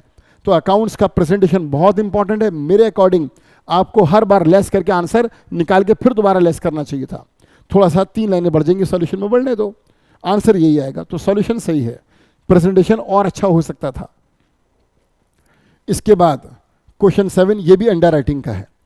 अब इस क्वेश्चन में देखो, अ कंपनी इशूड, कंपनी ने इशू करे 75,000 शेयर्स और 10 रुपए का एक है, 10 वाला 10 के प्रीमियम पर है, 10 वाला 20 में। द एंटायर इशू वॉज, हाँ भाई ये है फुल अंडर राइटिंग। अभी जो क्वेश्चन करा वो था पार्शियल और ये है full underwriting. The entire issue was underwritten as follows. Company के 75,000 शेयर्स हैं भाई। ए ने कहा कि वो बिकवाएगा 45,000 शेयर्स, फर्म अंडर राइटिंग इसमें है 6,000 शेयर्स। बी ने कहा मैं बिकवाऊंगा 18,750 शेयर्स, जिसमें फर्म अंडर राइटिंग है 2,250 शेयर्स। सी ने कहा मैं बिकवाऊंगा 11,250, जिसमें फर्म अंडर राइटिंग है 7,500 शेयर्स की। अगर आप इन तीनों को प्लस करोगे तो 75,000 आ जाएगा। एक बार प्लस करें भाई, चेक करो भाई, 45, 55, 65, यस, और हाँ एग्जैक्टली 75 आ रहा है भाई। इन तीनों का टोटल बच्चों 75,000 शेयर्स आ रहा है। यानी कि क्वेश्चन फुल अंडर राइटिंग है। किसका ये क्वेश्चन? फुल अंडर राइटिंग का क्वेश्चन है ये। इसके बाद total applications received by the company excluding form under writing and marked application. Company के जो कुल शेयर्स बिके हैं, 2 को छोड़कर, इसको किसको एक्सक्लूडिंग छोड़कर, क्या? फॉर्म अंडर राइटिंग और मार्क्ड। सिंपल बोलो ना यार, अनमार्क्ड। यार जो टोटल शेयर्स बिके हैं वो 3 तरह के होंगे, मार्क्ड, अनमार्क्ड और फॉर्म अंडर राइटिंग। ये कह रहा है मार्क्ड छोड़ दो, फॉर्म अंडर राइटिंग छोड़ दो, फिर बचा क्या? अनमार्क्ड बचा। तो जो अनमार्क्ड है, जिन पर किसी की रबर स्टैम्प नहीं है, वो कितने हैं? वो है 11,250 शेयर्स। अब मार्क्ड कितने हैं? मार्क्ड, द मार्क्ड एप्लीकेशंस, यानी कि जिन पर रबर स्टैम्प लगी हुई है, वो मार्क्ड कितने हैं? The marked application excluding form underwriting were as follows. हाँ भाई, ए की मार्क्ड एप्लीकेशन है 7,500 शेयर्स, बी के 15,000, सी के 3,750 शेयर्स। आगे चलो भाई, commission payable to underwriters is at 5% of the issue price. Underwriters की जो कमीशन है, उनको इशू प्राइस पर 5% की कमीशन मिलेगी शेयर्स को बिकवाने के बदले में। इसके बाद the underwriting contract provides that credit for the unmarked applications to be given to the underwriters in the proportion to the shares underwritten, and benefit of the firm underwriting is to be given to the individual underwriters। इस बात का मतलब ये है कि उनके agreement में ये लिखा हुआ है कि जो अनमार्क्ड एप्लीकेशंस हैं उसका बेनिफिट सारे अंडरराइटर्स को मिलेगा उनकी ग्रॉस लायबिलिटी रेशियो में। ये चुप रहते तो भी हम यही काम करते, हम कुछ नया काम तो नहीं करते, हम भी तो अनमार्क्ड को ग्रॉस लायबिलिटी रेशियो में ही बांटते हैं। चलो भाई, यू, अब ये क्वेश्चन थोड़ा बड़ा है, इसमें कुछ और भी करना है। You are required to, number 1, determine the liability of each underwriter in number of shares. तीनों अंडरराइटर्स की नेट लायबिलिटी कैलकुलेट करो और उसके बाद कंप्यूट द अमाउंट पेबल और ड्यू टू अंडरराइटर्स। बताओ कितना अमाउंट अंडरराइटर से लेना है और कितना हमने उसको देना है। अब मैं आपसे एक बात कर रहा था, आपका जो स्टडी मटेरियल है, जो इंस्टीट्यूट से आपको बुक मिली थी, उसमें ये जो लास्ट लाइन है, कंप्यूट द अमाउंट पेबल और ड्यू टू अंडरराइटर्स, ये क्वेश्चन में नहीं था, लेकिन आपकी स्टडी मॉड्यूल में सारे क्वेश्चन जब खत्म हो गए तो लास्ट में एक सॉल्व्ड केस दे रखा है, सॉल्व्ड केस, एक केस जो कि सॉल्व हुआ है, वहां पर ये वाला कंसेप्ट था। तो अगर आपने अपनी स्टडी मॉड्यूल से लास्ट क्वेश्चन जिसका कोई नंबर नहीं है, 66 क्वेश्चन हैं, उसके बाद एक सॉल्व्ड केस के नाम से है, इसका नंबर नहीं, ये क्वेश्चन बहुत अच्छा है, अगर वो क्वेश्चन आप कर लेंगे तो ये भी आपके समझ में आ जाएगा। तो मॉड्यूल का स्टडी मटेरियल का सॉल्व्ड केस क्वेश्चन 66 के बाद सॉल्व्ड केस, वो भी सॉल्व कीजिए और इसको भी कीजिए। देखिए एग्जाम्स का सबसे इंपॉर्टेंट टॉपिक है, मॉड्यूल 1 का सबसे इंपॉर्टेंट टॉपिक है underwriting of securities, under writing of shares, right. चलो भाई, अब सॉल्यूशन पर आ जाओ। ये जी मस्त एकदम जबरदस्त टेबल। ग्रॉस लायबिलिटी, ए ने कहा था मैं बिकवाऊंगा 45,000, बी ने कहा 18,750, सी ने कहा 11,250। लेस कर दो पहले इसमें से मार्क्ड एप्लीकेशन जो उनके नाम से बिके हैं। उसके बाद जो देखो फिर वही गड़बड़ हो गई, आंसर नहीं निकाला। आंसर निकालना चाहिए था, अनमार्क को आंसर निकाल के उसमें से लेस करना चाहिए था। चलो कोई बात नहीं, आप फिर भी कोशिश करना कि पहले 45,000 में से 7.5 को घटाकर जो बचेगा वो आंसर निकाल देना। चलो, इन्होंने पहले gross liability number of shares लिखा, लेस करा मार्क्ड एप्लीकेशन, उसके बाद अनमार्क को बांटा। अनमार्क्ड एप्लीकेशंस को बांटेंगे ग्रॉस लायबिलिटी के रेशियो में। कैसे निकालोगे ग्रॉस लायबिलिटी रेशियो? ये जो 45,000 है, ये जो 18,750 है, 11,250 इसको कैंसिल करेंगे, इससे रेशियो आ जाएगी। ये जो ग्रॉस लायबिलिटीज की रेशियो निकालेंगे उस रेशियो में अनमार्क का बंटवारा होगा। अनमार्क कितने हैं? 11,250 शेयर्स। अभी हमने क्वेश्चन में देखा था। जब इन्होंने अनमार्क को बांटा तो फ्रैक्शन आ रहा है 2,812.5 शेयर्स 1,687.5। मुझे नहीं लगता इतनी हेडेक लेने की जरूरत है। शेयर्स को काट के दोगे क्या? ज़्यादा अच्छा होता 2812.5 को 2813 कर दो और 1687.5 को 1687, किसी एक में 0.5 इंक्रीज करके किसी एक को अवॉइड करो। ये गलत नहीं है। ये फ्रैक्शन में लेके चलना ज़रूरी नहीं है। ये आधा शेयर थोड़ी दोगे किसी को यार। तो आप चाहो तो इसको राउंड ऑफ कर दो, इसमें 0.5 बढ़ा के 13 कर दो और इसे 87 रहने दो। ठीक, आंसर तब भी आएगा। उसके बाद इन्होंने लेस करा फॉर्म अंडर राइटिंग। तो 3 चीज़ें लेस करी, less marked application, less unmarked, less form, क्योंकि इस बार तीनों अलग अलग अलग हैं, इसलिए तीनों को अलग अलग अलग लेस करा। इसके बाद क्या हुआ? 2 अंडरराइटर्स नेगेटिव हो गए, 2। एक तो ये नेगेटिव हो गया, इसके ज़्यादा शेयर बिक गए, और एक इसने ज़्यादा शेयर बिक पाए। अब ज़रा देखिएगा, सॉरी ऐसा नहीं है, रुकिए 1 मिनट। ये तो अनमार्क को लेस करा इन्होंने। आंसर ये है नीचे, ये आंसर है, देखिए बैलेंस। ये 2 नेगेटिव हो गए, 1। एक तो इसने शेयर ज़्यादा बिकवा दिए भाई, किसने? बैलेंस के बैलेंस, बी के शेयर ज़्यादा बिके, नाम ABC है ना, यस। बी ने बिकवा दिए ज़्यादा 1312.5 और सी ने ज़्यादा बिकवा दिए 1687.5। इन दोनों का बेनिफिट बच्चों आप दे दो ए को, क्योंकि एक ही शेयर सही है। इन दोनों को प्लस करोगे 3,000 आ जाएगा, बेनिफिट मिलेगा ए को, और ये खत्म होकर दोनों हो जाएंगे निल। ए के 24,750 ड्यू थे, इसको बिकवाने थे, 3,000 ये बिक गए जो इन दोनों ने फालतू बेचे, इसका बेनिफिट मिला ए को। ए के बचे 21,750। ऊपर आपने फर्म अंडरराइटिंग को लेस करा था क्योंकि इनको शेयर्स खुद खरीदने थे भाई। फर्म अंडरराइटिंग जो ये खुद परचेस करेंगे, ऊपर लेस करा कि हाँ भाई हम खरीदेंगे, तो नीचे दोबारा ऐड होगा कि हाँ भाई खरीदो ना। ऊपर लेस क्यों करा? हम लेंगे तो लो, फिर 2 पैसा उसका, तो ऐड कर देंगे दोबारा से फर्म अंडरराइटिंग, ऐड करके टोटल लायबिलिटी, ये थी नेट लायबिलिटी, और बच्चों ये आ गई तीनों की टोटल लायबिलिटी। अब सुनिए अमाउंट कैसे कैलकुलेट होगा। देखिए, liability towards shares to be subscribed at the rate of 20 per share. ए को कितने शेयर्स खरीदने? 27,750, और पर शेयर कितने में खरीदेगा? ये 20 रुपए में। आपने क्वेश्चन में ऊपर पढ़ा था ना, 10 वाला कंपनी ने 20 में इशू करा, तो कंपनी ए से, अंडरराइटर ए से कितना अमाउंट लेगी? 27,750 इंटू 20, बी से 2,250 इंटू 20, सी से 7,500 इंटू 20, ये अमाउंट लेगी। ये आएगा वो अमाउंट 1 2 3। कंपनी इनको देगी क्या? कमीशन 5%। किस पर? ग्रॉस लायबिलिटी पर। किस पर? ग्रॉस लायबिलिटी पर। कहां है वो? ये रही ग्रॉस लायबिलिटी 45,000। और इश्यू प्राइस क्या है दोस्तों? कंपनी कमीशन किस पे दे रही है? फेस वैल्यू पर नहीं, इश्यू प्राइस पर। कहां लिखा हुआ है? मैं दिखाता हूं कहां लिखा हुआ है। ये लिखा हुआ, commission payable to the underwriters is at 5% of the issue price. Face value 10 रुपए, लेकिन इश्यू प्राइस 20 रुपए, 10 वाला 20 में। तो कमीशन कैसे निकालेंगे आप? कमीशन निकालेंगे कैसे? 45,000 शेयर्स इसने बिकवाए हैं, इंटू 20 रुपए इंटू 5/100, 45,000 इंटू 20 इंटू 5/100।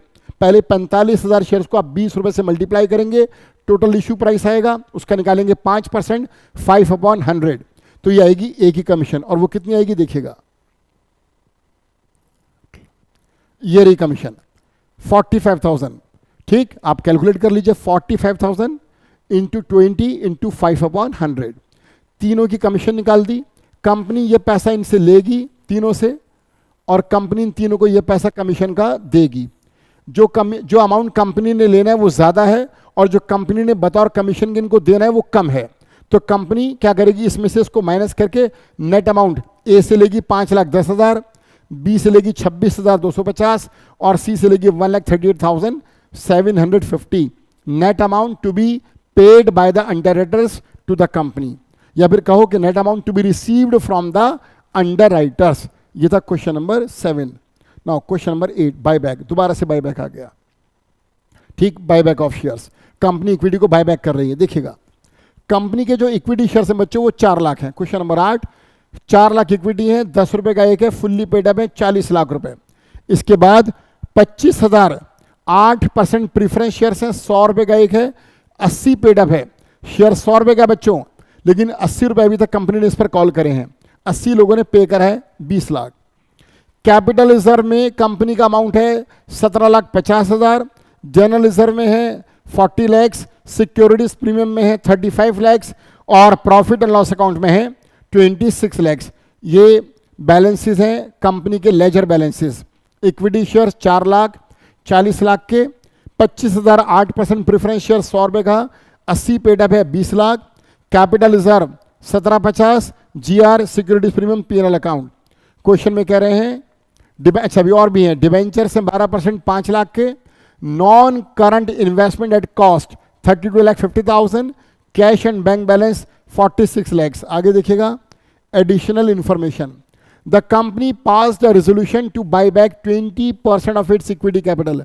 अच्छा, कंपनी 20% इक्विटी को बाय बैक कर रही है। आपको मालूम है इक्विटी शेयर्स कितने हैं? अभी ऊपर आपने देखा था 4 लाख। आप देख लीजिए क्वेश्चन में 4 लाख इक्विटी है, इसका अगर आप 20% निकालेंगे तो वो आ जाएगा 80,000, 80,000। यस, यानी कि कंपनी जिन इक्विटी को बायबैक कर रही है वो 80,000 शेयर्स हैं। बच्चों समझ आया? कंपनी कितने इक्विटी बायबैक कर रही है? 4 लाख में से 80,000, क्योंकि 4 लाख का 20% बायबैक होगा। इसके बाद कंपनी अपने प्रीफरेंस को भी रिडीम कर रही है दोस्तों। चलो भाई, रिडम्पशन ऑफ प्रीफरेंस का भी क्वेश्चन आ गया। The company redeemed the preference shares at a premium of 25%। Company preference को रिडीम कर रही है 25% के प्रीमियम पर। अच्छा, प्रीफरेंस है कितने के वो देख लो पहले। 25,000 8% प्रीफरेंस शेयर्स हैं, 100 रुपए का एक, 80 पेड अप। ये तो रिडीम हो ही नहीं सकते। नो, प्रीफरेंस आपने पढ़ा होगा, प्रीफरेंस को रिडीम करना हो तो वो फुल्ली पेड अप होने चाहिए। अब इसका मतलब ये नहीं आप मना कर देंगे मैं रिडीम नहीं कर रहा भाई क्योंकि तो पार्टली पेड अप है। रिडीम करो, पहले एक काम करो, आप जानते हो कि प्रीफरेंस को रिडीम करना हो तो वो फुल्ली पेड अप होने चाहिए। तो एक काम करो ना, इन सबसे 20 रुपए मंगवा लो, पहले इनको फुल्ली पेड अप बनाओ, उसके बाद रिडीम कर देना। यही तो होगा, मना तो नहीं करोगे आप। जब क्वेश्चन में कह रहे रिडीम करो तो करना पड़ेगा, और ये समझना आपको पड़ेगा कि इनको पहले फुल्ली पेड अप बनाना होगा। तो पहले आप इन पर फाइनल कॉल 20 रुपए से ड्यू करोगे, फिर उसको रिसीव करोगे, इसके बाद इनको रिडीम करोगे, राइट। चलो भाई, अब क्वेश्चन में आगे आ जाओ। Third, included in its investment were investments in own debentures costing ₹5 lakh, face value ₹5,75,000।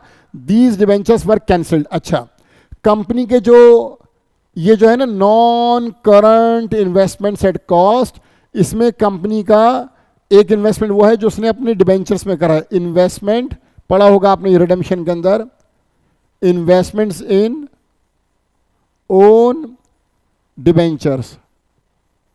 क्या होता है ये? कंपनी ने बाजार से अपने डिबेंचर्स खुद परचेस करे। जिस तरह से भारत की आम जनता ने कंपनी के डिबेंचर्स में पैसा इन्वेस्ट करा है, कंपनी के डिबेंचर्स आम जनता ने परचेस करे, इसी तरह से कंपनी भी आम जनता से अपने डिबेंचर्स को वापस परचेस करती है और अपना इन्वेस्टमेंट मानती है। कंपनी कह रही जब आम लोग हमारे डिबेंचर्स में इन्वेस्ट कर सकते हैं तो हम अपना पैसा अपने डिबेंचर्स में इन्वेस्ट क्यों नहीं कर सकते। तो कंपनी बाजार से जो कंपनी के डिबेंचर होल्डर्स हैं उनको ऑफर देकर उनसे डिबेंचर्स को रीपरचेस कर लेती है, अपने ही इशू के डिबेंचर्स को खुद परचेस करती है और उसे कहती है कि हमारा इन्वेस्टमेंट है, और कुछ टाइम बाद उसे कैंसिल कर देती है। तो वही करना है, कैंसिल करके दिखाना है। इसके बाद देखिएगा, you are required to pass necessary journal entries in the books of the company for the above. चलिए स्टार्ट करते हैं। Journal entries in the books of SDF limited. सबसे पहले क्या हुआ था, क्वेश्चन में आपको याद होगा, कंपनी ने इन्वेस्टमेंट को बेचा था। शायद वो एडजस्टमेंट्स मैंने पढ़ी या नहीं पढ़ी थी। एडजस्टमेंट जब कंपनी अपने, हाँ ये रहा, देखिएगा ये रह गई थी शायद,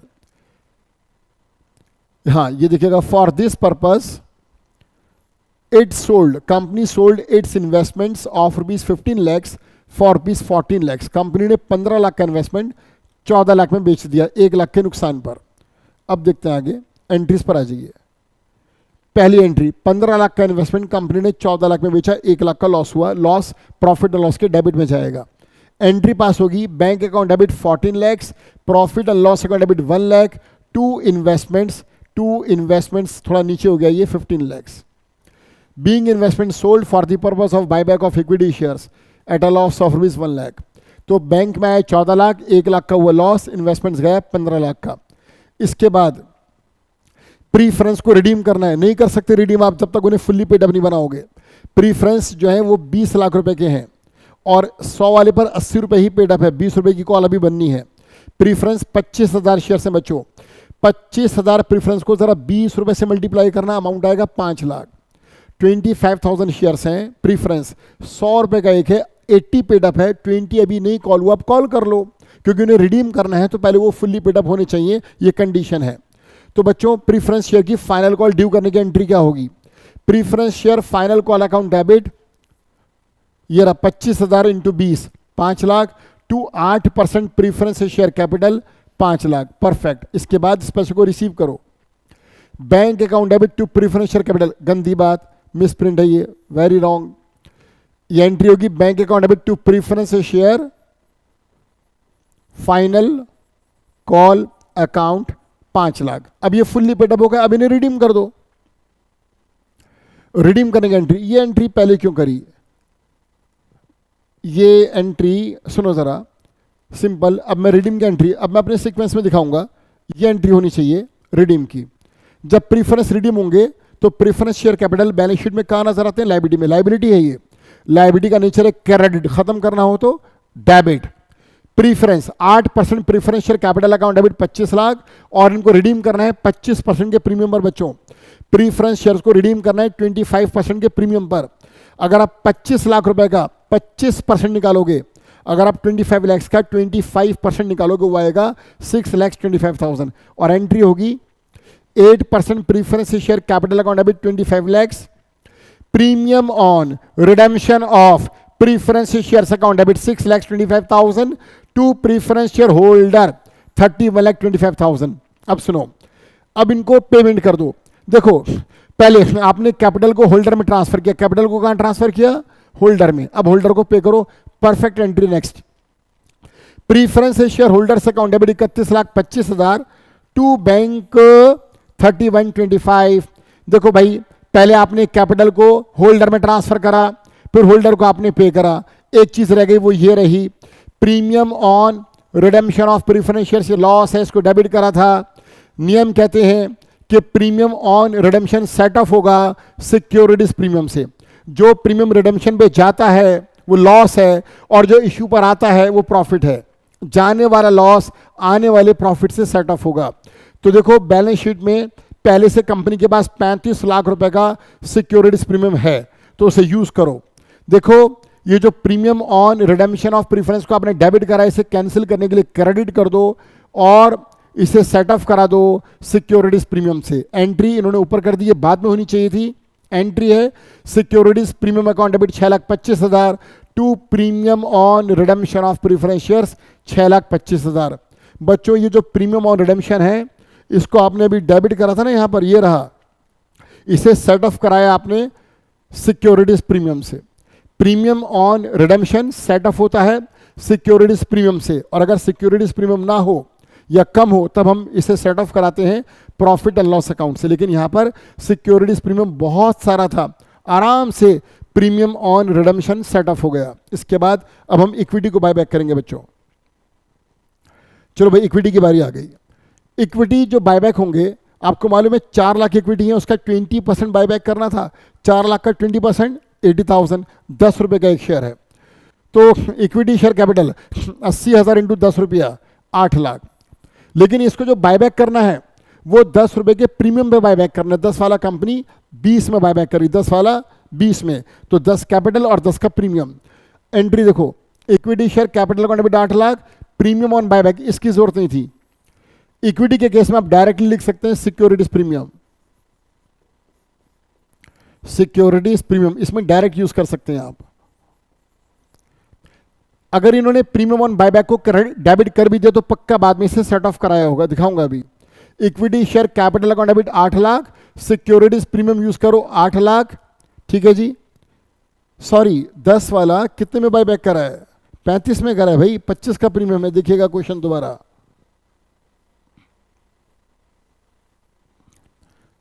हाँ जी देखिएगा। The company passed a resolution to buy back 20% of its equity shares at the rate of rupees 35 per share. 10 वाला 35 में बायबैक हो रहा है भाई, पर शेयर 25 रुपए का प्रीमियम है, राइट। अब आओ वापिस,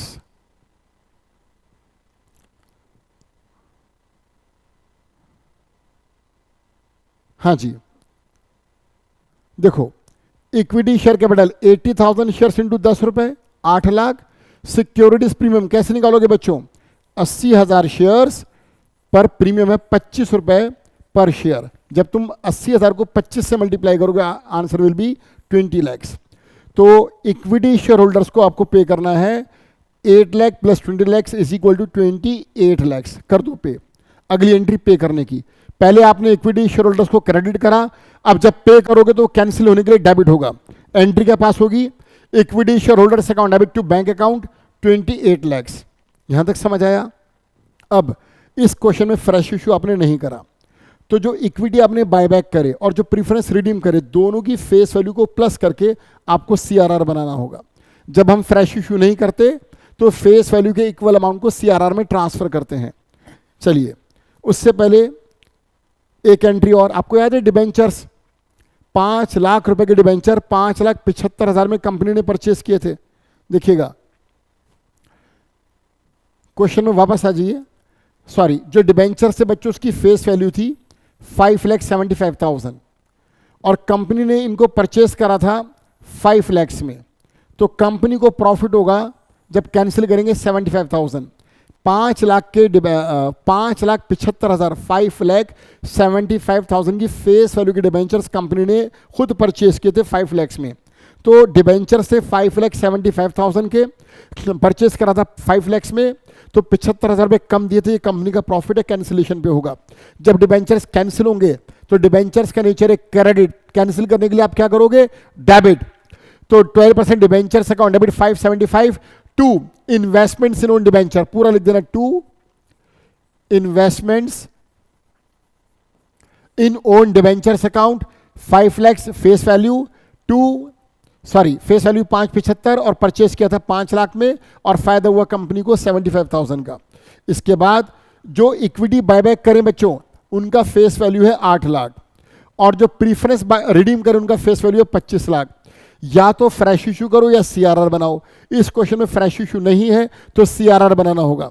सीआरआर किससे बनेगा? दोनों की फेस वैल्यू के टोटल से। तो 25 लाख प्लस 8 लाख 33 लैक्स, 33 लैक्स से आप बनाएंगे सीआरआर।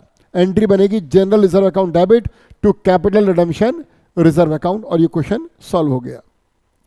क्वेश्चन नंबर 9 फिर दोबारा से अंडर राइटिंग का है। चलिए, question number 9 under writing of shares. चलिए देखिएगा, D company limited issued, D and company limited issued 5,000 shares of ₹20 per share. D company ने 5,000 शेयर्स इशू करे, 20 रुपए का एक है, ठीक है भाई। The entire issue was underwritten. Entire issue means ये क्वेश्चन फिर फुल अंडर राइटिंग का है। The entire was underwritten as follows. X ने कहा मैं बिकवाऊंगा 2,500 शेयर्स, वाई ने रिस्पॉन्सिबिलिटी ली 1,500 की और जेड ने 1,000 की। अगर आप इन तीनों को प्लस करेंगे तो ये 5,000 आ जाएगा। The firm underwriting was to be, ये फर्म अंडर राइटिंग है। जो एक्स ने कहा मैं परचेस करूंगा खुद 500, वाई ने कहा मैं परचेस करूंगा 250 और जेड ने फर्म अंडर राइटिंग दी 250 की। Shares applied for were 4,500 shares including firm under writing. हाँ जी, कंपनी ने इशू करे 5,000 शेयर्स और जो बिके हैं फर्म अंडर राइटिंग को इंक्लूड करके वो 4,500 है। मार्क्ड एप्लीकेशन है, एक्स की 1750, वाई की 700 और जेड की 800, ये मार्क्ड है।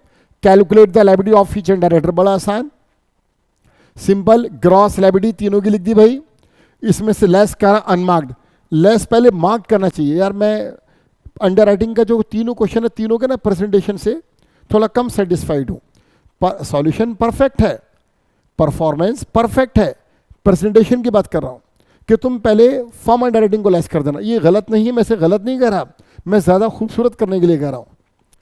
तो ग्रॉस लायबिलिटी में से लेस कर देना मार्क्ड एप्लीकेशन, उसके बाद लेस करना अनमार्क्ड एप्लीकेशन, और याद रखना इसमें फर्म अंडर राइटिंग इंक्लूड, हाँ जी ठीक है, जो 4500 बिके ये इंक्लूडिंग फर्म अंडर राइटिंग है, राइट। चलो हम एज्यूम कर रहे हैं कि वो मार्क के अंदर प्लस हुआ है।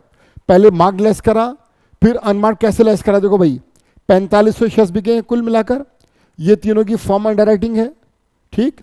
और क्या करा, 4500 में से 1750, सॉरी मार्क्ड, ये मार्क्ड है, ये तीनों के मार्क्ड एप्लीकेशन हैं, ये तीनों माइनस कर दिए। इन तीनों को जैसे मैं इसमें से माइनस करूंगा तो जो आंसर बचेगा वो आएगा अनमार्क्ड और बटेगा वो ग्रॉस लायबिलिटी रेशियो में 5-3-2। कैसे निकाली, इससे निकलेगी ग्रॉस लायबिलिटी रेशियो। इसके बाद ये आ गई रिमेनिंग लायबिलिटी, सी नेगेटिव आ गया 50, इसका बेनिफिट मिलेगा ए को और बी को। फ्रैक्शन आ रहा है 0.5 आप चाहो तो इसे अवॉइड करो, इसे 32 कर लो और इसे 18 कर देना। इसके बाद नेट लायबिलिटी आ जाएगी और एज यूजुअल इसमें ऐड करेंगे फॉर्म अंडर राइटिंग तो आ जाएगी टोटल लायबिलिटी।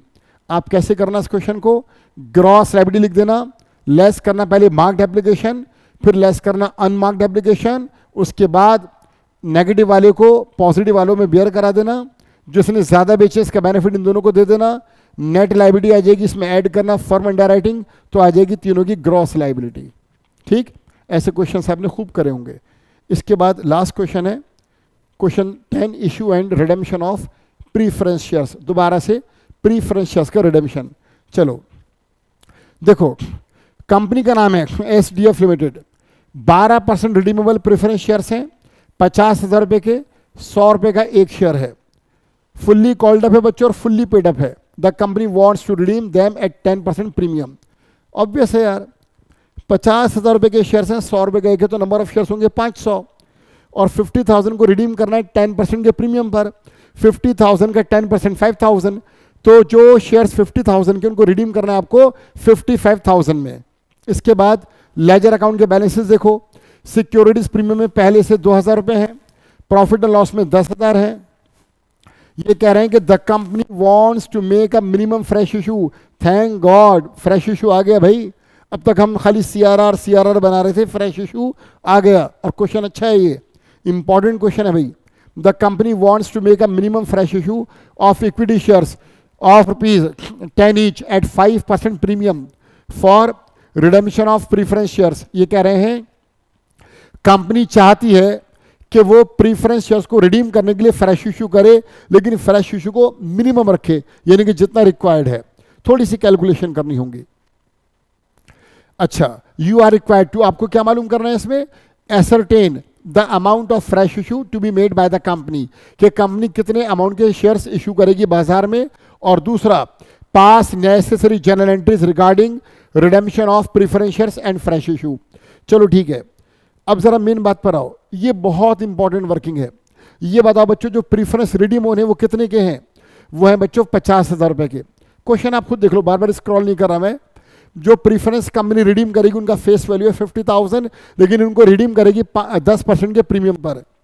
50,000 का 10% 5,000, दोनों को प्लस करो तो कंपनी को पैसा लौटाना है लोगों का 55,000। कंपनी फ्रेश इशू करेगी, लेकिन जितना कम से कम हो, यानी कि मैक्सिमम CRR बनेगा, उसके बाद जितना कम पड़ेगा उससे हम फ्रेश इशू करेंगे।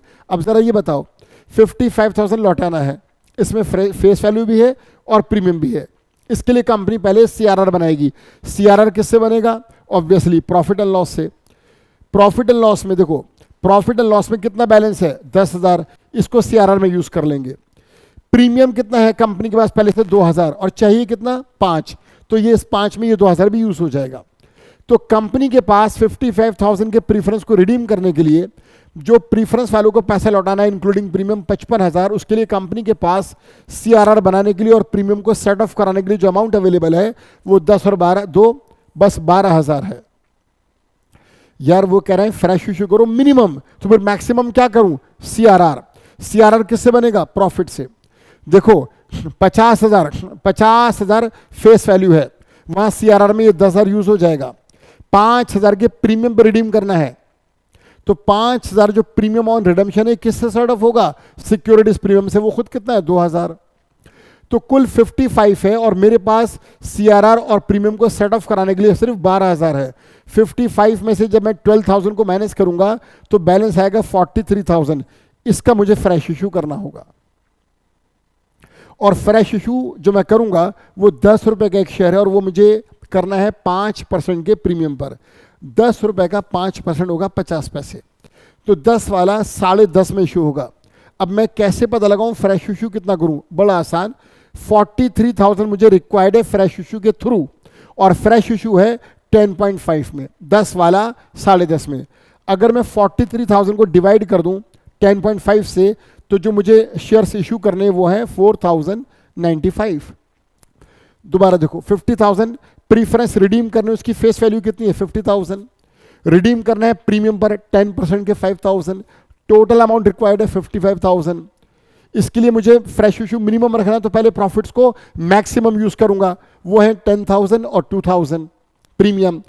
10 और 2 12, 55 में से 12 में यूज करूंगा तो भी 43 मुझे चाहिए। 43 के लिए मुझे फ्रेश इशू करना है 10 वाला 10.5 में, तो मैंने 43,000 को 10.5 से डिवाइड करा, अमाउंट आया 4095। ये फ्रेश इशू, ये है number of fresh issue of shares. Entries पर आ जाओ। चलो भाई, अब बताओ कितने शेयर्स आपको इशू करने हैं? 4095।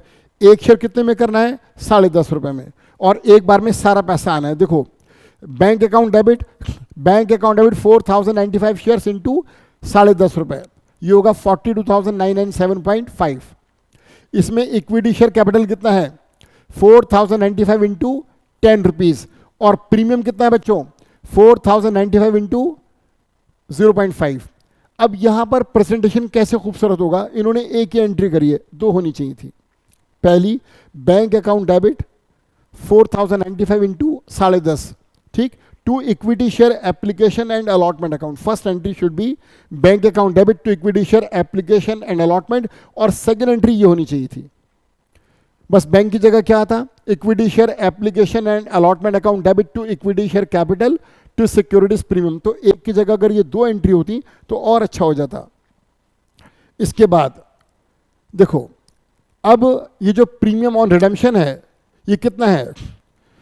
ये जो प्रीमियम ऑन रिडेम्पशन था कितना था? वो 50,000 के प्रीफरेंस को रिडीम करना था 5,000 के प्रीमियम पर, तो प्रीमियम ऑन रिडेम्पशन 5,000 है, उसको ये सेट ऑफ करा रहे हैं। अरे ये एंट्री बाद में करनी चाहिए, पहले आप रिडीम तो कर दो, पहले ये एंट्री पास करो जो नंबर 3 पर है। 12% redeemable preference share capital account debit 50,000, redeem करना है 10% के प्रीमियम पर, तो premium on redemption of preference share account debit 5,000 to preference share holder 55, और अब इनको पे कर दो। Preference share holders account debit 55 to bank account 55। बच्चों, ये ड्यू करने की एंट्री है, ये पे करने की एंट्री है, और इसमें जो प्रीमियम ऑन रिडेम्पशन को आपने डेबिट करा है इसे सेट ऑफ कराओ सिक्योरिटीज प्रीमियम से। सिक्योरिटीज प्रीमियम 2,000 तो पहले से है हमारे पास, और 2,047 रुपये 50 पैसे अभी आया है, ये रहा। टू सिक्योरिटीज प्रीमियम 4,095 अपने शेयर इशू करे, 50 पैसे पर शेयर प्रीमियम है, ये प्रीमियम अभी आया है, और 2,000 पहले से था, तो पहले प्रीमियम यूज करो। सिक्योरिटीज प्रीमियम अकाउंट डेबिट 2,000 पुराना वाला प्लस 2,047.5 नया वाला, ये हुआ 4,047.5। अभी भी कम पड़ रहा है 952.5। ये कहां से निकालोगे? प्रॉफिट एंड लॉस अकाउंट से, ठीक है, P&L अकाउंट से निकालेंगे हम। प्रॉफिट एंड लॉस में बच्चों 5,000 का प्रॉफिट एंड लॉस, 5,000 माइनस 4,047.5, ये क्या था देखिएगा। हाँ जी, प्रॉफिट एंड लॉस में कितना बैलेंस था? 10,000, बिल्कुल ठीक है। हमने कैलकुलेशन करी थी, तो देखिएगा profit securities premium account debit 4,047.5, profit and loss से यूज होगा बच्चों 952.5, और सेट ऑफ हो जाएगा प्रीमियम ऑन रिडेम्पशन 1 लाख का 10%, यानी कि 1 लाख का 1,50,000 है। देखिए ये मिसप्रिंट है यार, ये मिसप्रिंट है, 50,000 है ये। 50,000 का 10% जो प्रीमियम था 5,000 वो ये रहा, इसको हमने सेट ऑफ करा दिया, ठीक है। और जहाँ तक बात है 4047 की, तो मैं आपसे फिर कह रहा हूँ कि जो आपने इक्विटी शेयर्स इशू करे थे ना, ये अपनी कैलकुलेशन करी थी, देखिए ये रही, ये वो सारी कैलकुलेशन है जहाँ से हमारा बैलेंस आया था। ऑब्वियसली पेनल और प्रीमियम को मर्ज करने के बाद ये आंसर निकाला था, तो ये बैलेंस हमारे पास होगा। तो ये एंट्री देखिएगा, इंपॉर्टेंट एंट्री है, प्रीमियम अकाउंट डेबिट जो टोटल था ये पुराना, ये नया इतना आया, बाकी का हमने पीएनएल अकाउंट से निकाला और प्रीमियम को सेट ऑफ करा दिया। तो ये सॉल्यूशन था क्वेश्चन नंबर 10 का। इसके बाद ये हमारा मॉड्यूल ख़त्म हो जाता है बच्चों। इसके बाद ये last entry profit and loss. अब ये बताइए सीआरआर कितने से बनेगा, राइट। सीआरआर आपका जो प्रीफरेंस रिडीम हुआ उसकी फेस वैल्यू 50,000 है, राइट। और जो फ्रेश इशू है वो है 4095 इंटू 10। आपका फ्रेश इशू कितना है 40,950 का, यस और नो। 4,095 शेयर्स आपने इशू करे, 4095 इंटू 10 कितना फेस वैल्यू है 40,950। 50,000 की फेस वैल्यू के प्रीफरेंस को आप रिडीम कर रहे हैं और जो फ्रेश इशू है वो है 40,950। कितना डिफरेंस है, ठीक, वो है 9050। कहाँ से निकालेंगे आप, पीएनएल से। तो प्रॉफिट एंड लॉस को हम ट्रांसफर करेंगे सीआरआर में 9050। दोबारा सुनिए, पीएनएल ये जो सीआरआर बनेगा, मैंने आपसे कहा था कि जब भी आप प्रीफरेंस को रिडीम करोगे या तो फ्रेश इशू करो या सीआरआर। अब आपने प्रीफरेंस रिडीम करे 50,000 के, फ्रेश इशू 50,000 का नहीं करा, फ्रेश इशू करा। फ्रेश इशू की जो फेस वैल्यू है वो है 40,950। जो गैप है उससे आपको सीआरआर बनाना होगा। सीआरआर किससे बनेगा, प्रॉफिट से। तो आपने सीआरआर बनाया 9050 से। अब वापस आइए ऊपर की एंट्री में, आपको मालूम है प्रॉफिट लॉस कितना था हमारे पास 10,000। आपने कितना यूज करा अभी 9050, कितना बचा 950। प्रॉफिट एंड लॉस में कितना बचा भाई, प्रॉफिट एंड लॉस में बचा 950। वो कहां पर यूज होगा, वो ये रहा, वो ये रहा जब आपने सिक्योरिटीज प्रीमियम को सेट ऑफ कराया था। ये रहा बच्चों 952 रुपये 50 पैसे। ये फ्रैक्शन जो आपने यूज करा ये उसकी वजह से, अदरवाइज 950 आता। तो यहां पर हमने पीएनएल को यूज करके सिक्योरिटीज प्रीमियम को और पीएनएल को यूज करके प्रीमियम और रिडेम्पशन को सेट ऑफ करा दिया। तो ये था क्वेश्चन नंबर 10, राइट। चलिए, तो आज इस क्लास में हम लोगों ने अपना मॉड्यूल 1 पूरा कंप्लीट डिस्कस करा वर्कबुक के अकॉर्डिंग। वर्कबुक में 10 क्वेश्चन थे, वो 10 के 10 क्वेश्चन डिस्कस करे। जहां पर एरर्स थी, जहां मिसप्रिंट था, मिस्टेक्स थी, जहां पर प्रेजेंटेशन की कमी थी, वो सब मैंने आपसे डिस्कस करा। अब हम अगले सेशन में डिस्कस करेंगे मॉड्यूल 2। कोशिश करेंगे कि मॉड्यूल 2 और 3 दोनों एक साथ हो जाए, अदरवाइज हम हर मॉड्यूल का एक अलग अलग क्लास, एक अलग अलग सेशन करेंगे। चलिए दोस्तों, मिलते हैं नेक्स्ट सेशन में। Thank you so much.